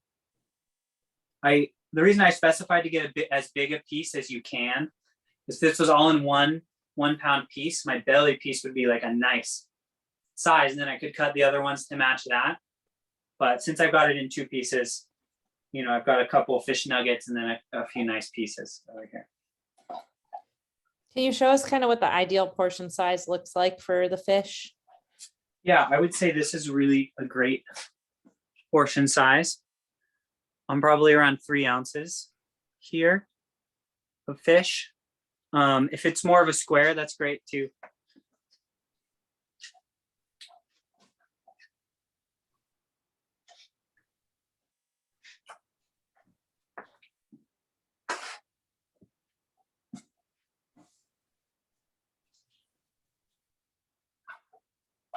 So now that, how's everyone doing with the fish bones? Give us a thumbs up if you've cut the bones out of your fish. Looking good, looking good. Yeah, we're looking good. Cool. So you can return your pureed aderezo out of your blender. You can put that right back in your Dutch oven and bring that up to medium. And as that's working, we'll do the last little bit of prep stuff with the mushrooms here and the mussels.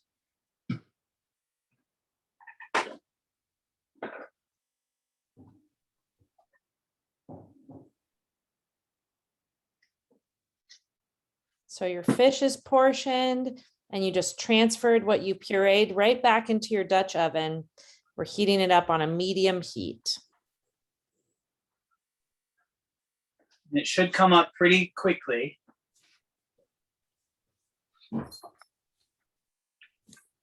And so I'm not worried about cross-contamination here because this is all going to cook in the pot together. But I've got my mushroom here, beach mushroom. Hopefully everyone's looks Beautiful. something like this.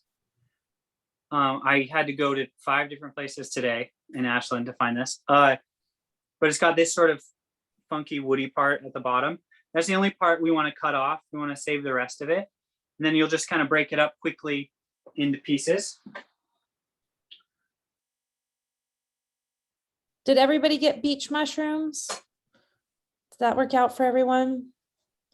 Yeah, everyone has beautiful. Oh no, we got one person who's got, what do you have, Naomi? Some oyster mushrooms. Those look great. That's great too. They'll have Yeah. a very small sort of stem piece, maybe at the very bottom of it, if it's all a cluster. And you just cut that one little piece off. And then you can just pick off your individual mushrooms. So yeah, I just cut off where they're kind of holding you're- together. And then break them into little individual guys. And so I've got my block here. I cut the bottom off with a little dish. And I'm just sort of quickly picking it apart. I've got some in single and some in 2s. That's okay. I think it's kind of nice to have a little bit of textural variance there. Looks nice and tastes nice. Some of them are real small, little bits, like little tree stands. I'm up to a nice simmer, low boil behind me. So I'm gonna throw my mushrooms right in, just like that. And I'm also gonna throw in the julienne onion.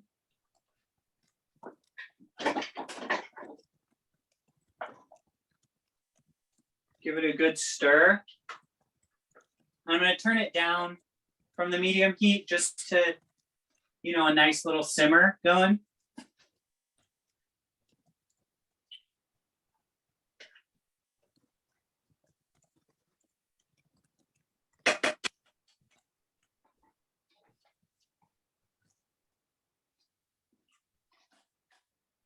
Quick Okay. double check. So mushrooms and julienne onions go into the mix right now. Okay. That's correct. And that, make sure you're down at a low sort of simmer. Now we're gonna take our mussels after that. So go ahead and, if you've got them in the fridge or off to the side. This is how I stored my mussels while I was waiting in my fridge. I have a nice damp towel here over a colander, over a bowl, so that they can still breathe. When you're buying mussels or storing mussels, you don't want ones that are sitting in water, because that's how they die, just like sitting in, they'll drown. They need the movement of the water, ocean water. But you don't want them to fully dry out, so just a nice rag is nice. If you have any that are like cracked or fully open and won't reclose when you give them a little squeeze or a couple taps, those are probably dead, so don't cook those. And then my mussels are pretty clean. Sometimes they have a little beard like this on there, and that's good to just pull that off. That one's mostly inside the shell. You can either use scissors. The best way that I found to do it is actually to use a towel. This, because that'll help you sort of get a grip on this beard, and I can just pop it right off like that.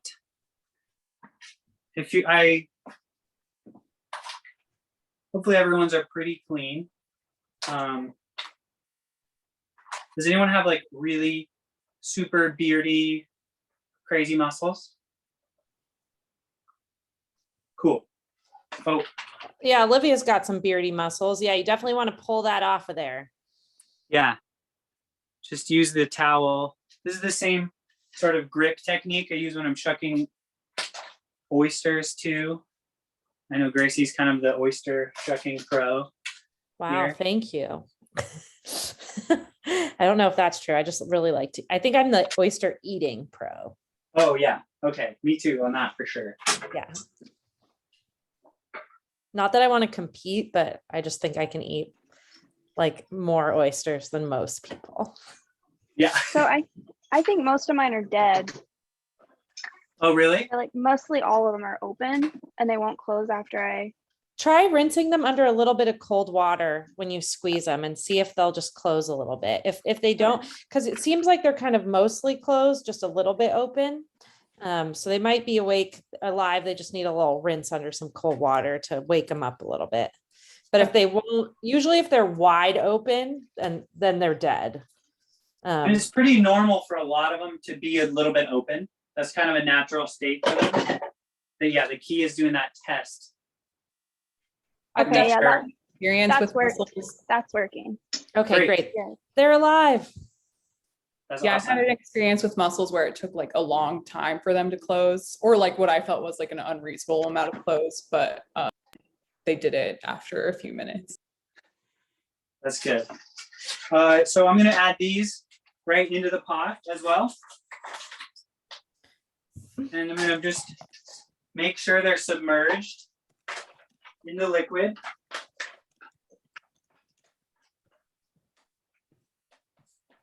And then I'm gonna pop the lid on and leave those there for 10 minutes. I'll set a timer.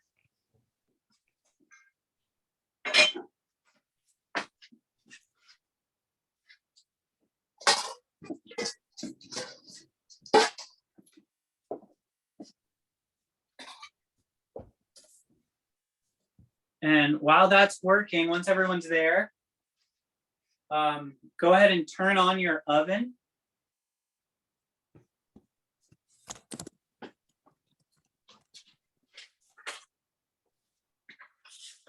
And we're gonna be turning it on to broil, right?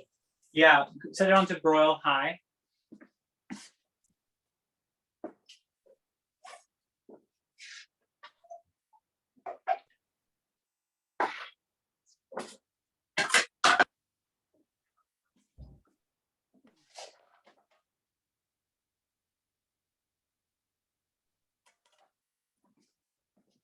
Looks like everybody's got their mussels in their pot.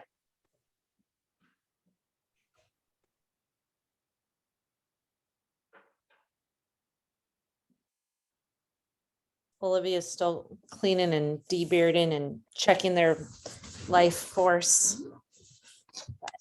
We're looking. Okay. Does everyone have mussels in the pot? In the oven Almost. on? Almost. Okay. I'm gonna go step out and turn my oven on.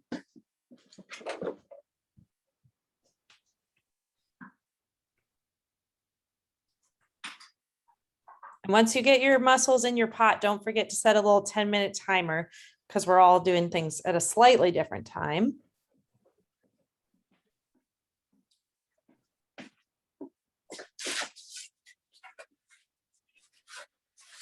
Okay. Hot to get a simmer, right? Yeah, it should be at a low simmer. Oh, simmer, okay. And lid on Lid on. once the mussels are in. So I'm just gonna cut the baguette whenever you're on that step at a 45-degree angle like this, so that I get sort of a little bit longer slices out of it.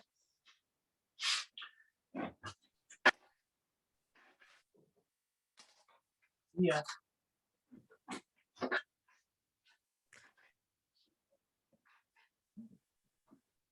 You don't need them cut like paper thin. Having a little thickness to it like that, I think is really nice because we'll get some nice crisp parts on the top, and then the middle will still have some sponge to soak up your broth.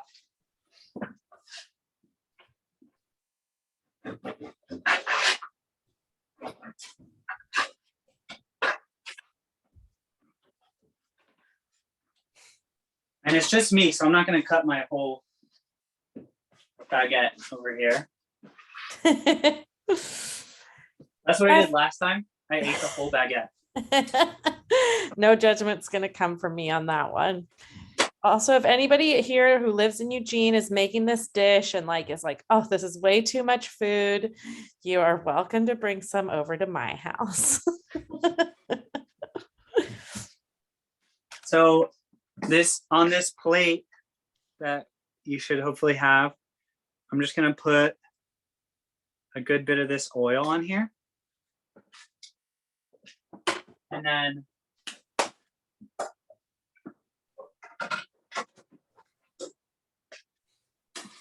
I'm gonna dip the bread pieces on one side into the oil. And I'm gonna set those oiled side up onto my board here.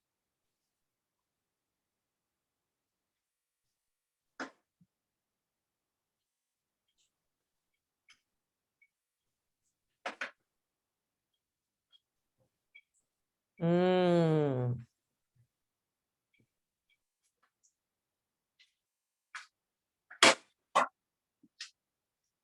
So I've got that situation. Beautiful. How's our timer doing? You've got another 5 minutes. Okay. So let's see. Everyone's working on their garlic bread. We're dipping right now. Phoebe, your bread looks great. Awesome. Does everyone think they'll be ready to pop this in the oven in 3.5 minutes? Cool. So we'll just use the last minute of your timer to time our bread too. We'll just do these in the nice hot oven for 1 minute.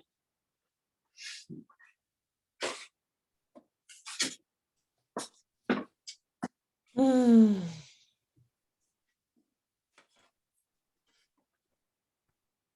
If you're done with that and just waiting on our timer, you can slice one more hot pepper if you'd like for garnish.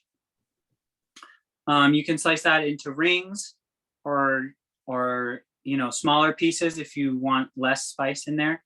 Kind of let your judgment be your guide there.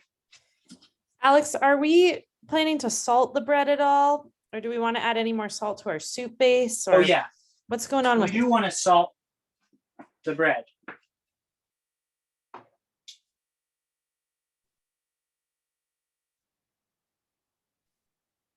And we'll add salt to the soup base at the next step. Some of these mussels can be a little brinier or whatever and influence the flavor a little bit. So I like to do it kind of on the last step. Awesome. Do we need the herb oil for anything else, or is it just for the bread? We're gonna garnish our finished dish with it. Okay.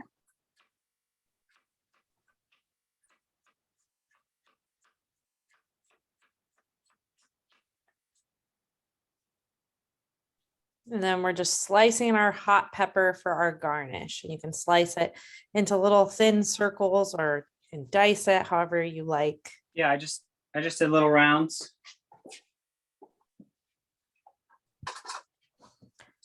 And you've got still 2 minutes on your 2.5 minutes on your timer.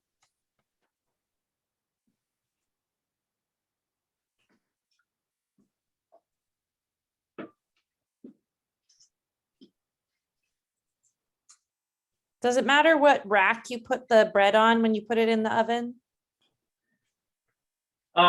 Yes, I guess every oven is so different. I hate to say exactly. But if your oven is like a super hot broiler like mine is, maybe on like the second from the top. If your oven is a little weak, you can put it right on that top rack.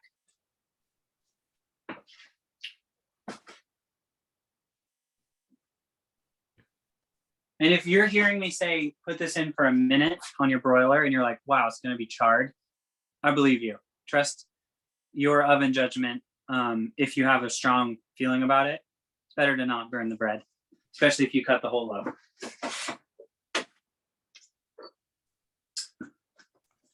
So we got about 30 seconds and then it'll be time to go ahead and put your bread in the oven. Okay.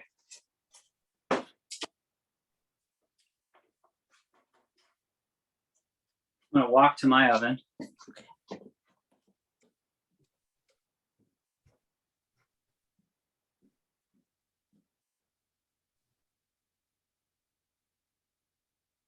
All right. You can go ahead and put the bread in now.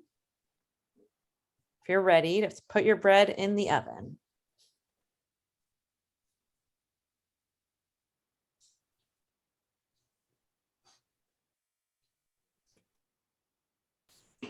Gracie, I also can eat a lot of oysters.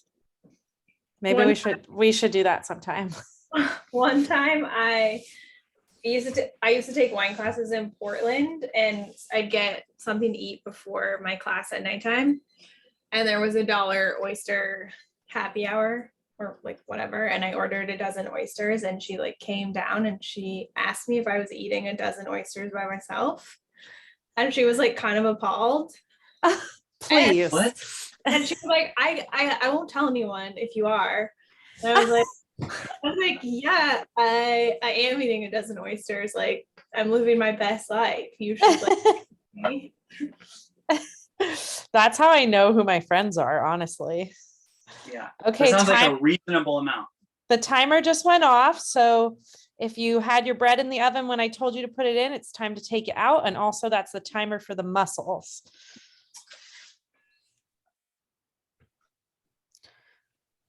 So don't neglect your broiler bread. We don't want any Yeah. burnt bread. Check your bread first. I have a really weird oven, and it turns out it wasn't heating up. Damn. So I've got a separate timer going for my bread. Once you've pulled your bread out, should look somewhat toasted, hopefully. Everyone's bread look fairly toasted, not burnt. If you think it needs a little more time, you could throw it in a little longer. I'm seeing people checking their bread, keeping it in the oven. Some are taking it out. You are the master of your own bread destiny tonight. You get to choose how Yes. crispy it gets. If you want to learn more about this, you can sign up for the toast class. Oh, the nuances of toasting. So in the meantime, here's where my mussels are at, which is where yours should be too. Oh, You see, beautiful. just, not like gaping open mostly, but they're pretty much all starting to open up here. That's great because they're going to cook a little longer too. So I'm going to go ahead and just, set my fish right on top. So you've got all this nice structure from your onions and mushrooms and mussels. And I'm just going to use my 2 good pieces because it's just me. And I just want it like almost submerged.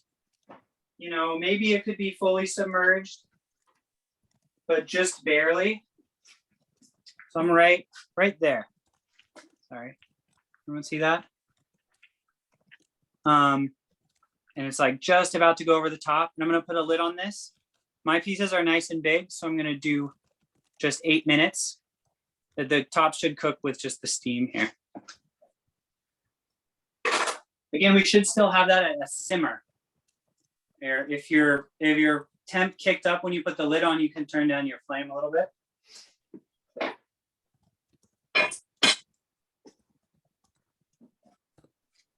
Hey, Alex, if we kept out a little piece, will you just give us a heads up when it's time to put that guy in? Yeah, I'm gonna do the same. So I'll set a 4-minute timer here, and at 4 minutes, I'll let you know to add your little pieces in. I'm gonna go peek at my bread. I love black cod. I feel like it's one of the most forgiving of all the fish that you can cook if you're like just starting to learn to cook fish, because it has such good oil in it. You can overcook it a little bit and it'll still be so juicy and flaky. And this is one of my favorite ways. How's it look, Alex? It looks great. This is what I think is perfect.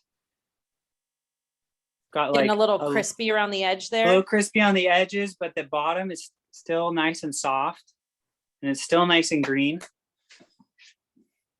Beautiful.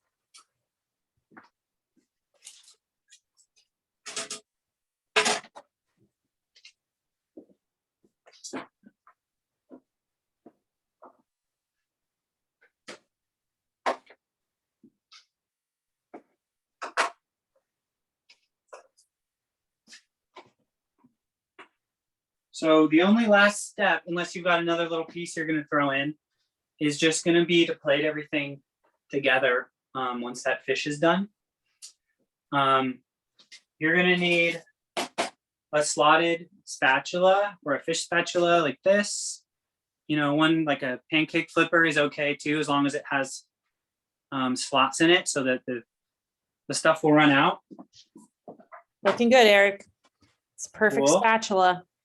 Great. Yes, Phoebe, beautiful spatula. If you have a little plate or something, you can set kind of near your stove where it's warm. That's just kind of what we'll fish the fish onto while we put the other stuff down, so we can keep that fish from falling apart by throwing everything on it, and it looks kind of nice sitting on top.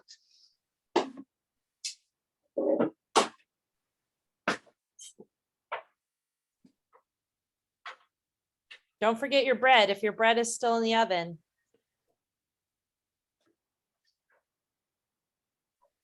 Is it okay, Olivia?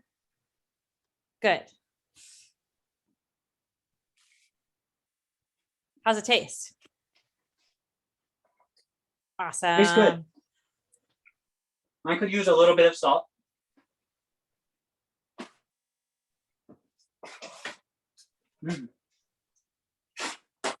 A good snack. Yum.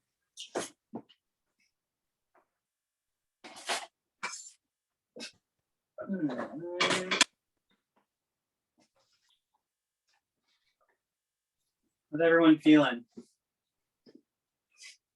You look great. Good? They look great. They're feeling good. I'm seeing lots of thumbs ups. Great. Now's a good time to pour yourself some sake. Tell the rest of your people that dinner's almost ready. If you've got other people. It's one of those ones it's good to eat it pretty quickly after it comes off, because the fish, the mussels, the mushrooms, everything's just going to be right at that perfect point, and the bread's still crunchy and warm. So the aderezo portion and the herb oil portion, as I noted in the recipe, that stuff you could definitely do way in advance. I've made the base, the aderezo, and frozen it before, and it reheats great. That's an awesome way to do it if you want to do this in like a big batch. And then you can use that base to do like pasta, or, you know, like swirl into your paella or whatever. It's a pretty yummy thing to just have on hand. Okay, that's 4 minutes for our small fishes. Ooh. Since I'm taking mine off, this is where it's at about 4 minutes. You can see the fish isn't quite like flaking out yet. I don't have a bunch of white albumin leaking out on top. If I did that, it's kind of too late, but I would say just take it out right away. But you don't want to have a bunch of white stuff on the top of your fish. That means you cooked it too hot and it squeezed out all the albumin. Not like the end of the world. You can still eat it, but it'll be a little more dry.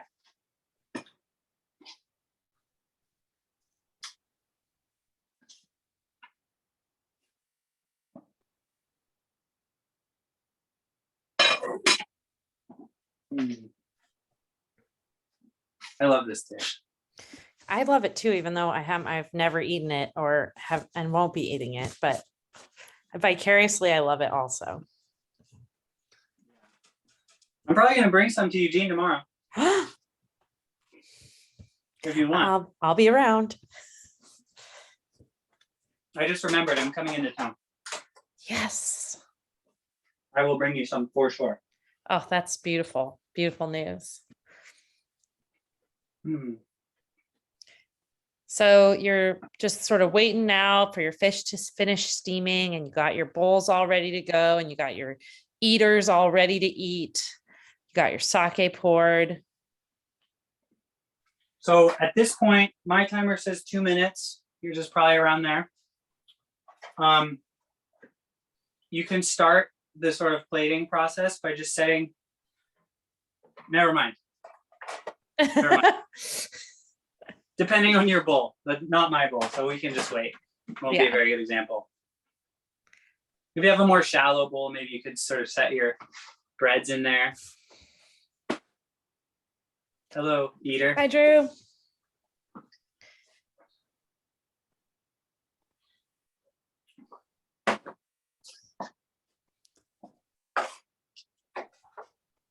So for garnishing, we're gonna have the parsley leaves that we picked. If you didn't pick them, you can pick a few now real quick. The sliced or diced peppers, however you did it, and the parsley oil. You're gonna want a ladle to scoop everything out. and then the slotted spatula that we talked about. Mine says 1 minute left. You could probably peek and check your fish, since we all have very different sizes of fish. I also knew, since I took a peek, that mine was probably going to be done a little early, which it is.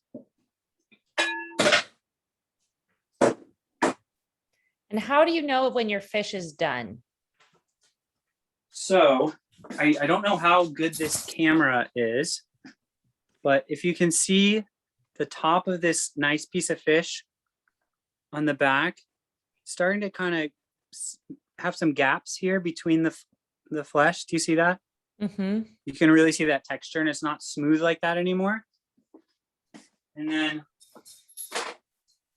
also, if I push on it with my finger just real lightly, I get the sense that it's kind of going to come apart when I push on it. It's not like a firm pushing on your hand kind of thing. If you touch it and it just gives way and dissolves, that means you overdid it. But we're also going to put it on top of a bed of hot soup. So underdone is the side it's nice to be on with this kind of thing. It's going to keep cooking. And also, you know, if you bought your fish from a good place like Newman's, or direct from a fisherman like I did, it's a pretty good piece of fish. So a little underdone is going to be great. How's everybody's fish looking? Looking good?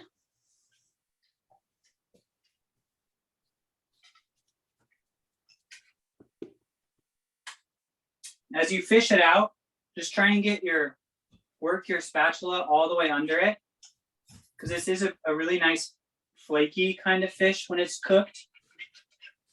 So it's just like, I'm just kind of on the edge here. You can see it's kind of starting to break apart a little bit, but still holding its texture, kind of like a jello or something like that.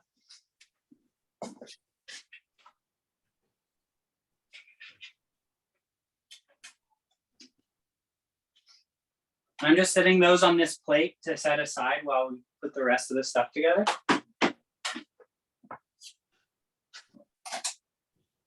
So to finish it,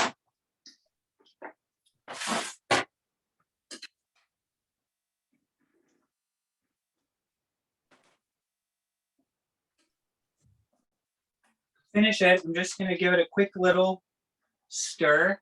Sometimes a little bit of the pulp of the aderezo will kind of like separate as the steam and stuff, bubbles are coming up through.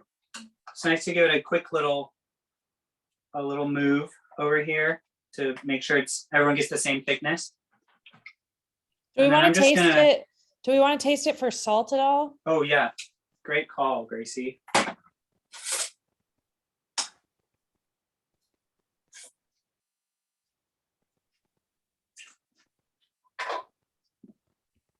Mike, use a little tiny bit. We're gonna add a little bit of finishing salt, which I just remembered about. So if you have any nice flaky finishing salt, now's a really good time to use it. So it doesn't need to be like on the full edge of salt there, but it should taste good. And then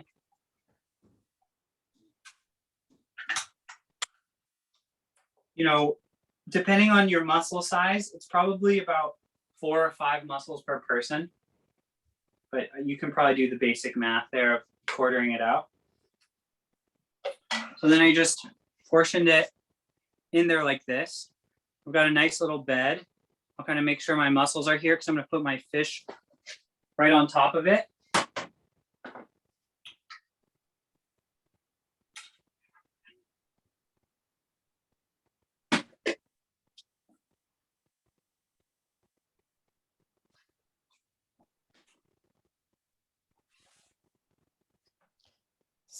So we are portioning out the soup with the mussels, the aderezo with the mussels, and then placing the fish gently on top of it.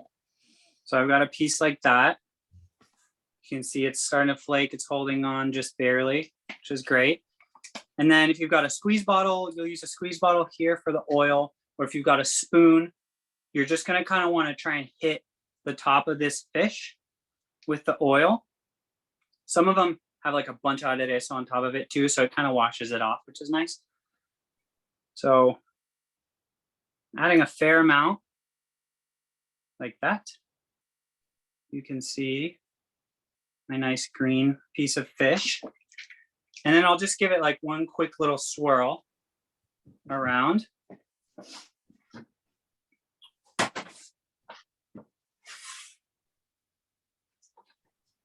And then I'm just going to arrange my couple pieces of toast in the edge, and then some spicy chiles here, and just a few little leaves of parsley.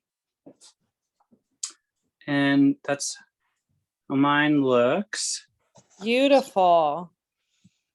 And for all of you, please take a picture of your finished dish. We would love to see your own creative expression shine through. Yeah.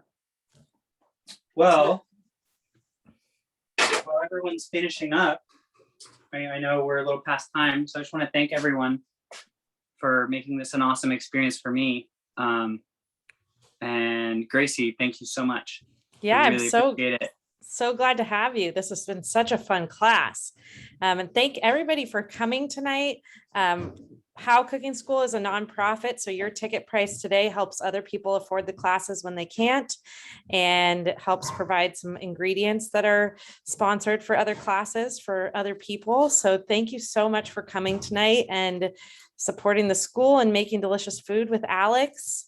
I'll be sending out a little survey at the end of class. If you have time to fill that out, that would be very helpful for us. And yeah, thank you guys all. Bon appetit. Thanks, everyone. Thank you. Cheers. Thank you. Thank you. It was great. Yay. Awesome. Thank you, and it's delicious. It's wonderful. Awesome. Woohoo! I love to hear it. Thank you, Alex. Thank you, Gracie. Thank you so much for coming, Kate. Bye, Kate. Thank you guys. This was so wonderful. Yay. Awesome. Bye, Phoebe. Bye, Zoe. Bye. Thank you. Beautiful. Emily and Zach still there? They take off. They took off. They took off. Good Okay. to see you, Eric. Good to see you, Gracie. Take care. We'll send you. Enjoy. Yeah.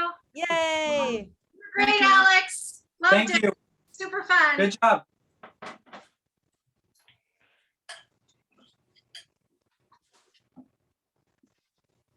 All right, you did it. Yay. Great job. Thanks, Gracie. That was awesome. Great. Sorry, went a little over time. Oh, it's fine. I don't care. Okay. I don't think any of them minded either. I Cool. won't keep you because I know this is a thing that needs to be eaten right away. Sure. Yeah, but I'll great bring job. you some tomorrow. Woohoo. Okay. Thanks, bye. Alex. Bye.